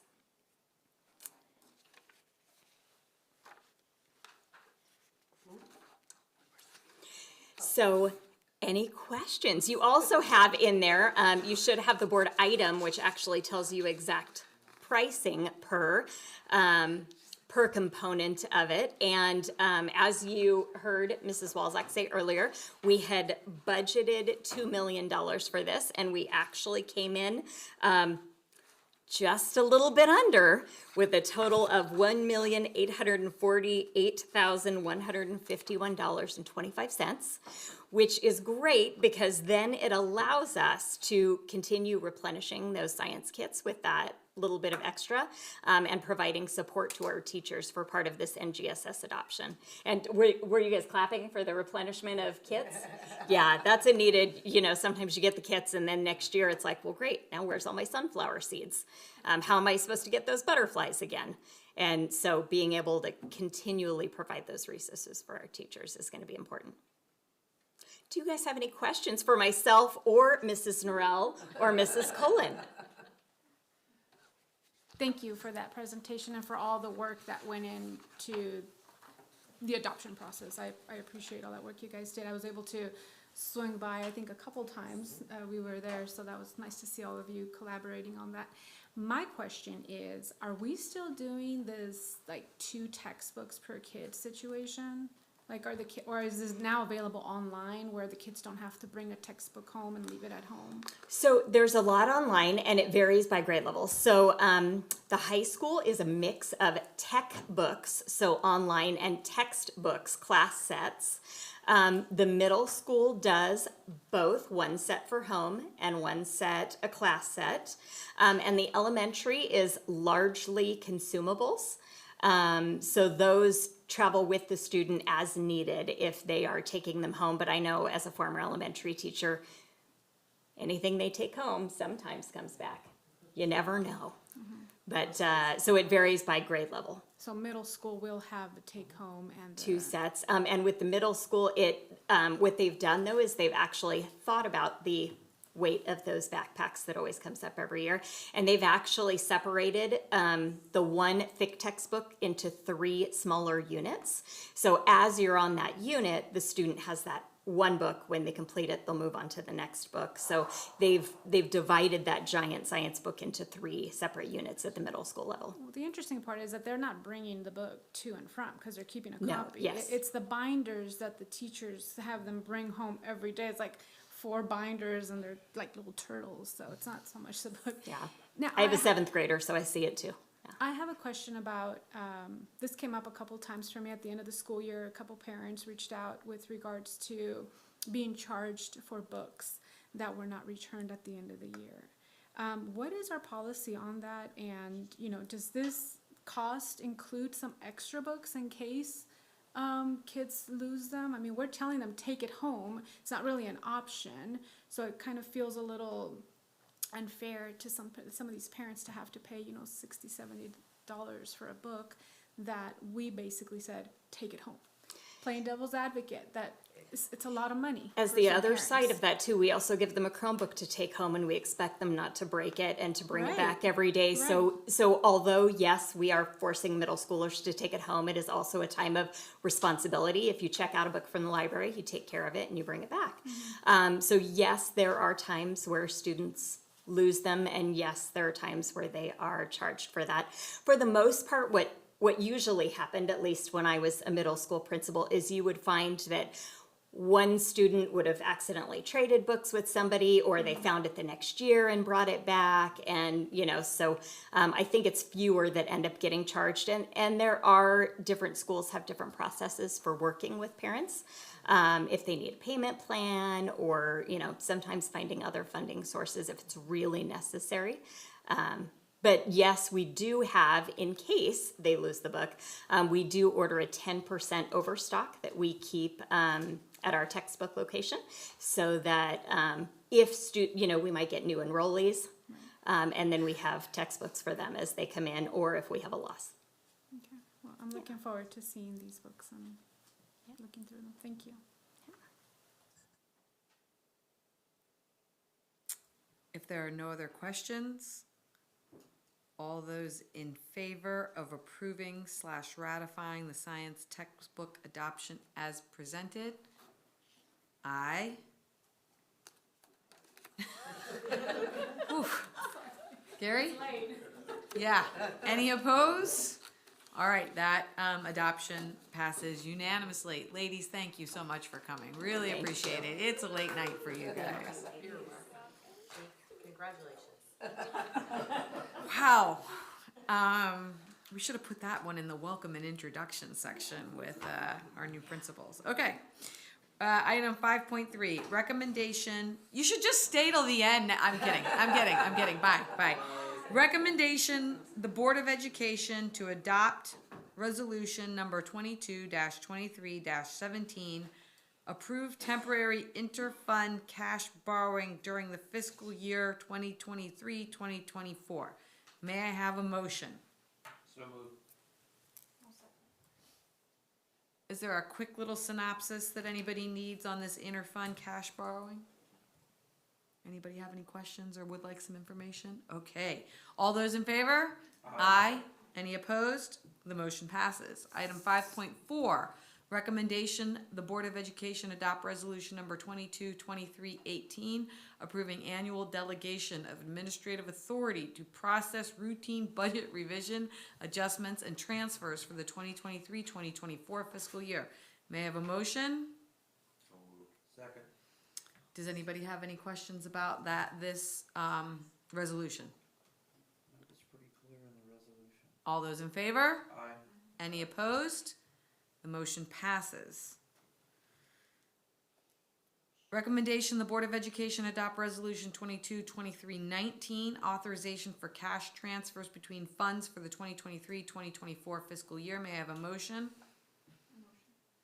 Second. Any questions?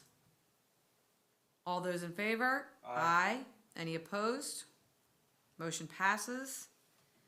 Recommendation, the Board of Education adopt resolution 22-23-20, cash borrowing, approving temporary transfers from the school pools fund maintained by the Los Angeles County Treasurer. May I have a motion? So moved. Second. Any questions? All those in favor? Aye. Any opposed? Motion passes. Item 5.7, review the revision of Board Policy Administrative Regulation and Exhibit 6163.4, student use of technology as presented for first reading and forward for second reading. May I have a motion? So moved. Second. Any questions? Any questions? Any comments? Okay, so this is presented for first reading. We can either have the first reading now and move it on for second reading, or we can go ahead and approve it now. I think that we need to daylight it Okay? and have it approved at another meeting. Okay? Yes. All right. I don't think this should. If we specified it. No, this is the student use of technology. If we specified it as such for the first reading and forward the second reading, we should follow that order. Okay, great. Yeah, we should follow that order, and Christie's here to speak. Okay. I just want to point out if it goes for the second reading and passes in like July, we will have already sent out data confirmation and beginning of the school year information. So we'll miss the opportunity to send it out with that batch of information. We can still, of course, do that and follow up with communication independent of the rest of the school year start. So just so that you are aware of that timeline. So you don't like that we'll miss it, or you don't like that it's not in time? Yeah, I don't like that. Is it gonna be it's at not one? in time. Okay. Okay. We're getting this now, we're being told, Okay. if we don't approve it tonight, it's not gonna go out In time. timely at that. We may still though. Dr. Nahara was saying that we may if it goes 7/24 the July board meeting, then we should be okay if it goes out August 1st. In the past, data confirmation has been like mid-July when all the information goes out. But if it doesn't open until then, it should be fine. Just okay. Okay. So All right, it's all we good. are going to,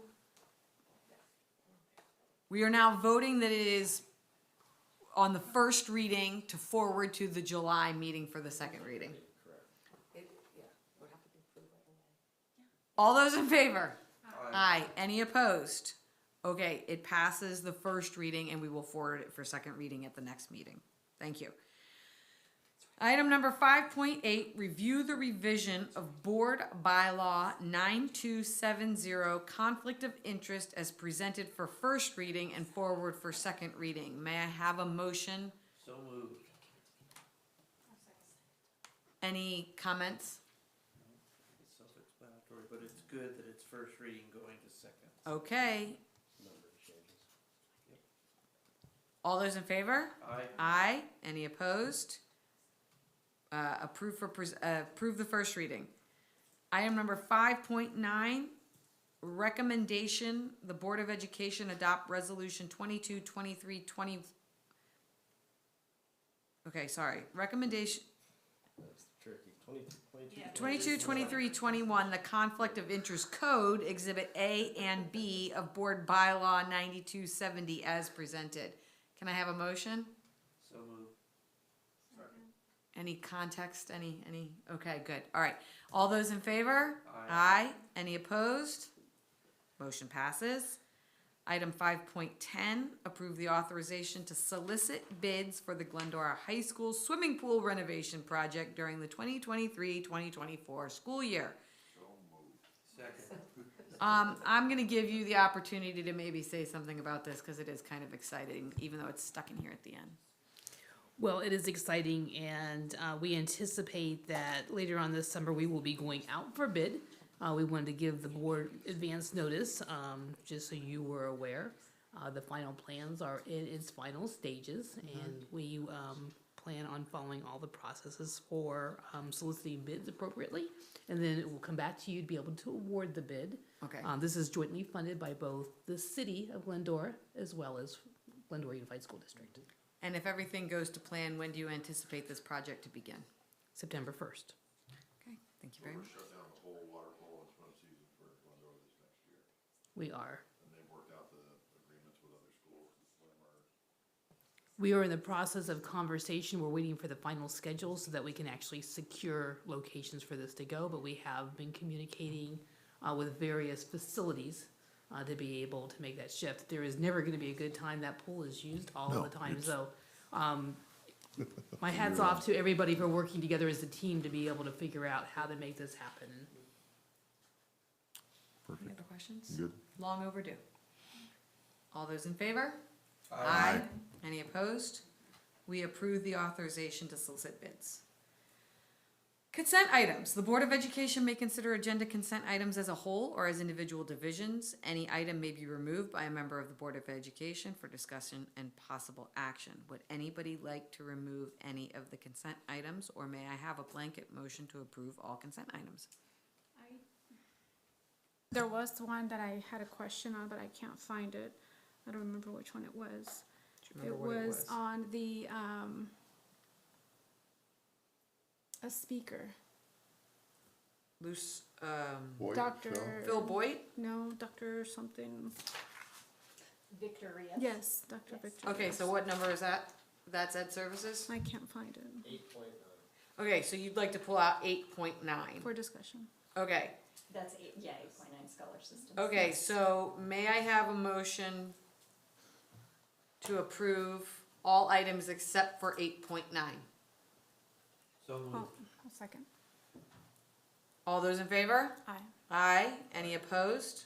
Okay, then item 8.9, approve / ratify the consultant agreement for Scholar System LLC as presented. May I have a motion? So moved. Okay, how about a second? Second. Thank you very much, Dr. Prince. So this is basically a contract with, we are trying to get our professional development speakers, our keynotes booked for the entire year. And this is one, Dr. DeGrazia had seen Dr. Rios speak at a CSBA conference. CSBA conference, and we had spoken with some others, and then Dr. Naharo and I saw him. Now everybody can hear me. Dr. Naharo and I got the benefit to see him at the CABE conference, and so really dynamic speaker, fits very much in meeting the needs of all of our students. He has a very powerful story about how he had started in education and where he was going, which was not a good place, and how one teacher who refused to give up on him basically made all the difference. And now, he's Dr. Victor Rios. So really looking at continuing with our connections, and that we have to keep looking at every student and keep working on those connections, because you might be the one that makes the difference for a child and changes their lives. So he is a keynote speaker. Yeah. I respect that and think what he has to say is absolutely valuable. My concern is the cost for that, $22,000. And I'm not saying that it is not worth it. I would just like to know, is that standard? Is that what we would pay for a keynote speaker? And is that going to be for the entire staff, or is that just for a select? That's for the whole staff. Everybody will be invited, and keynotes that are his level of speaker receive that or more.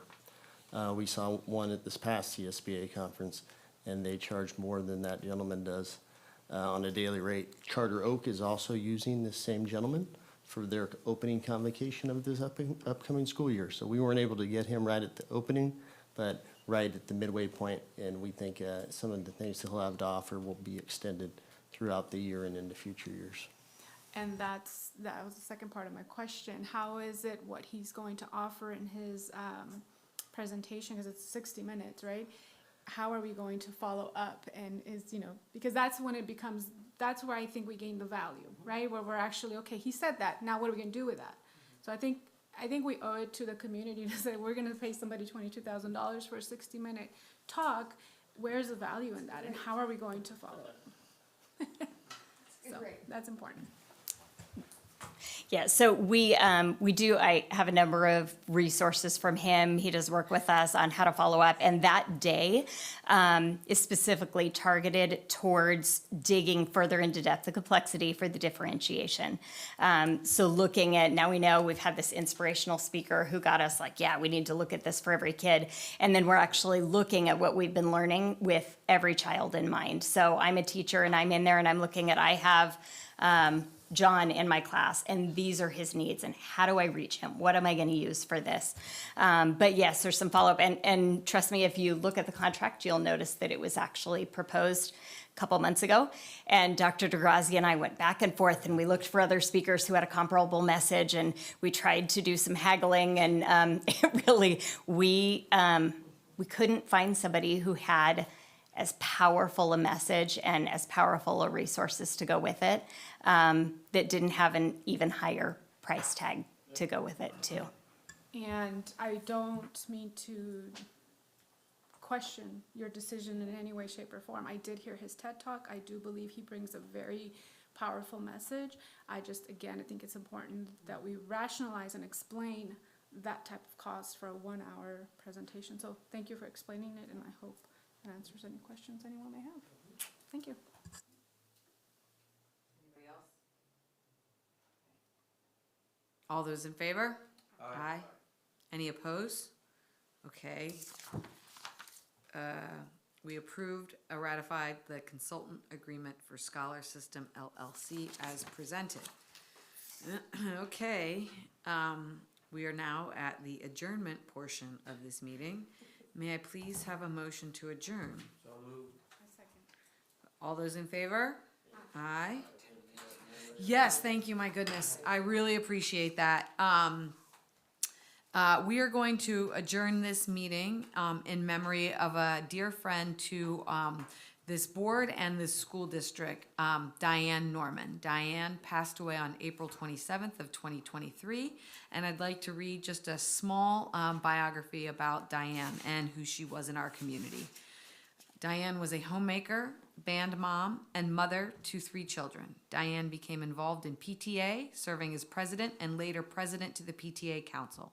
This, along with raising her children and supporting her husband, was the start of Diane's legacy of serving her family, her husband, and her community. Diane and Gordon later opened a travel agency where Diane served as vice president, organizing tours and individual travel for clients. Diane joined the Kiwanis Club of Glendora and served as social chairman for many years, organizing the Christmas luncheon and holding several offices in the club. She became president of the club and was named a distinguished president during her presidency. The Glendora Kiwanis Club was named the Distinguished Club of the District. She served on the Kiwanis Scholarship Committee for over 20 years, interviewing students for Kiwanis scholarships. She also taught small business to the economics classes at Glendora High School for over 20 years. Maybe Mr. Lopez, you can just say a couple words about that.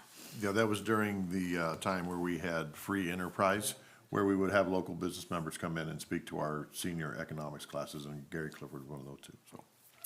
Several scholarships were given yearly by the Kiwanis Club to Glendora High students and are given in Diane's name.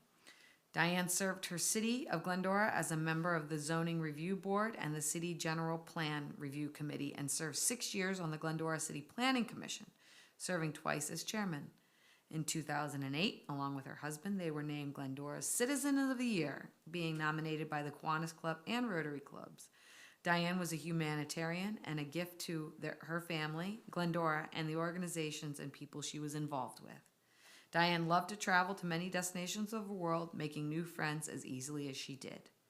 There will be a memorial service for Diane Norman on Wednesday, June 28th, 2023 at 10:30 a.m. at Glenkirk Presbyterian Church, and refreshments and fellowship at the church following the service.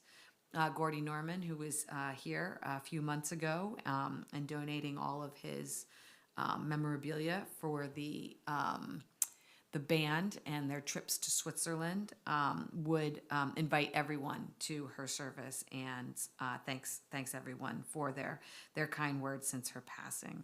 So in memory of this wonderful woman who we all miss, may I please have a motion? I already have a motion. I just need all those in favor. Aye. And we'll adjourn this meeting at 10:18 p.m.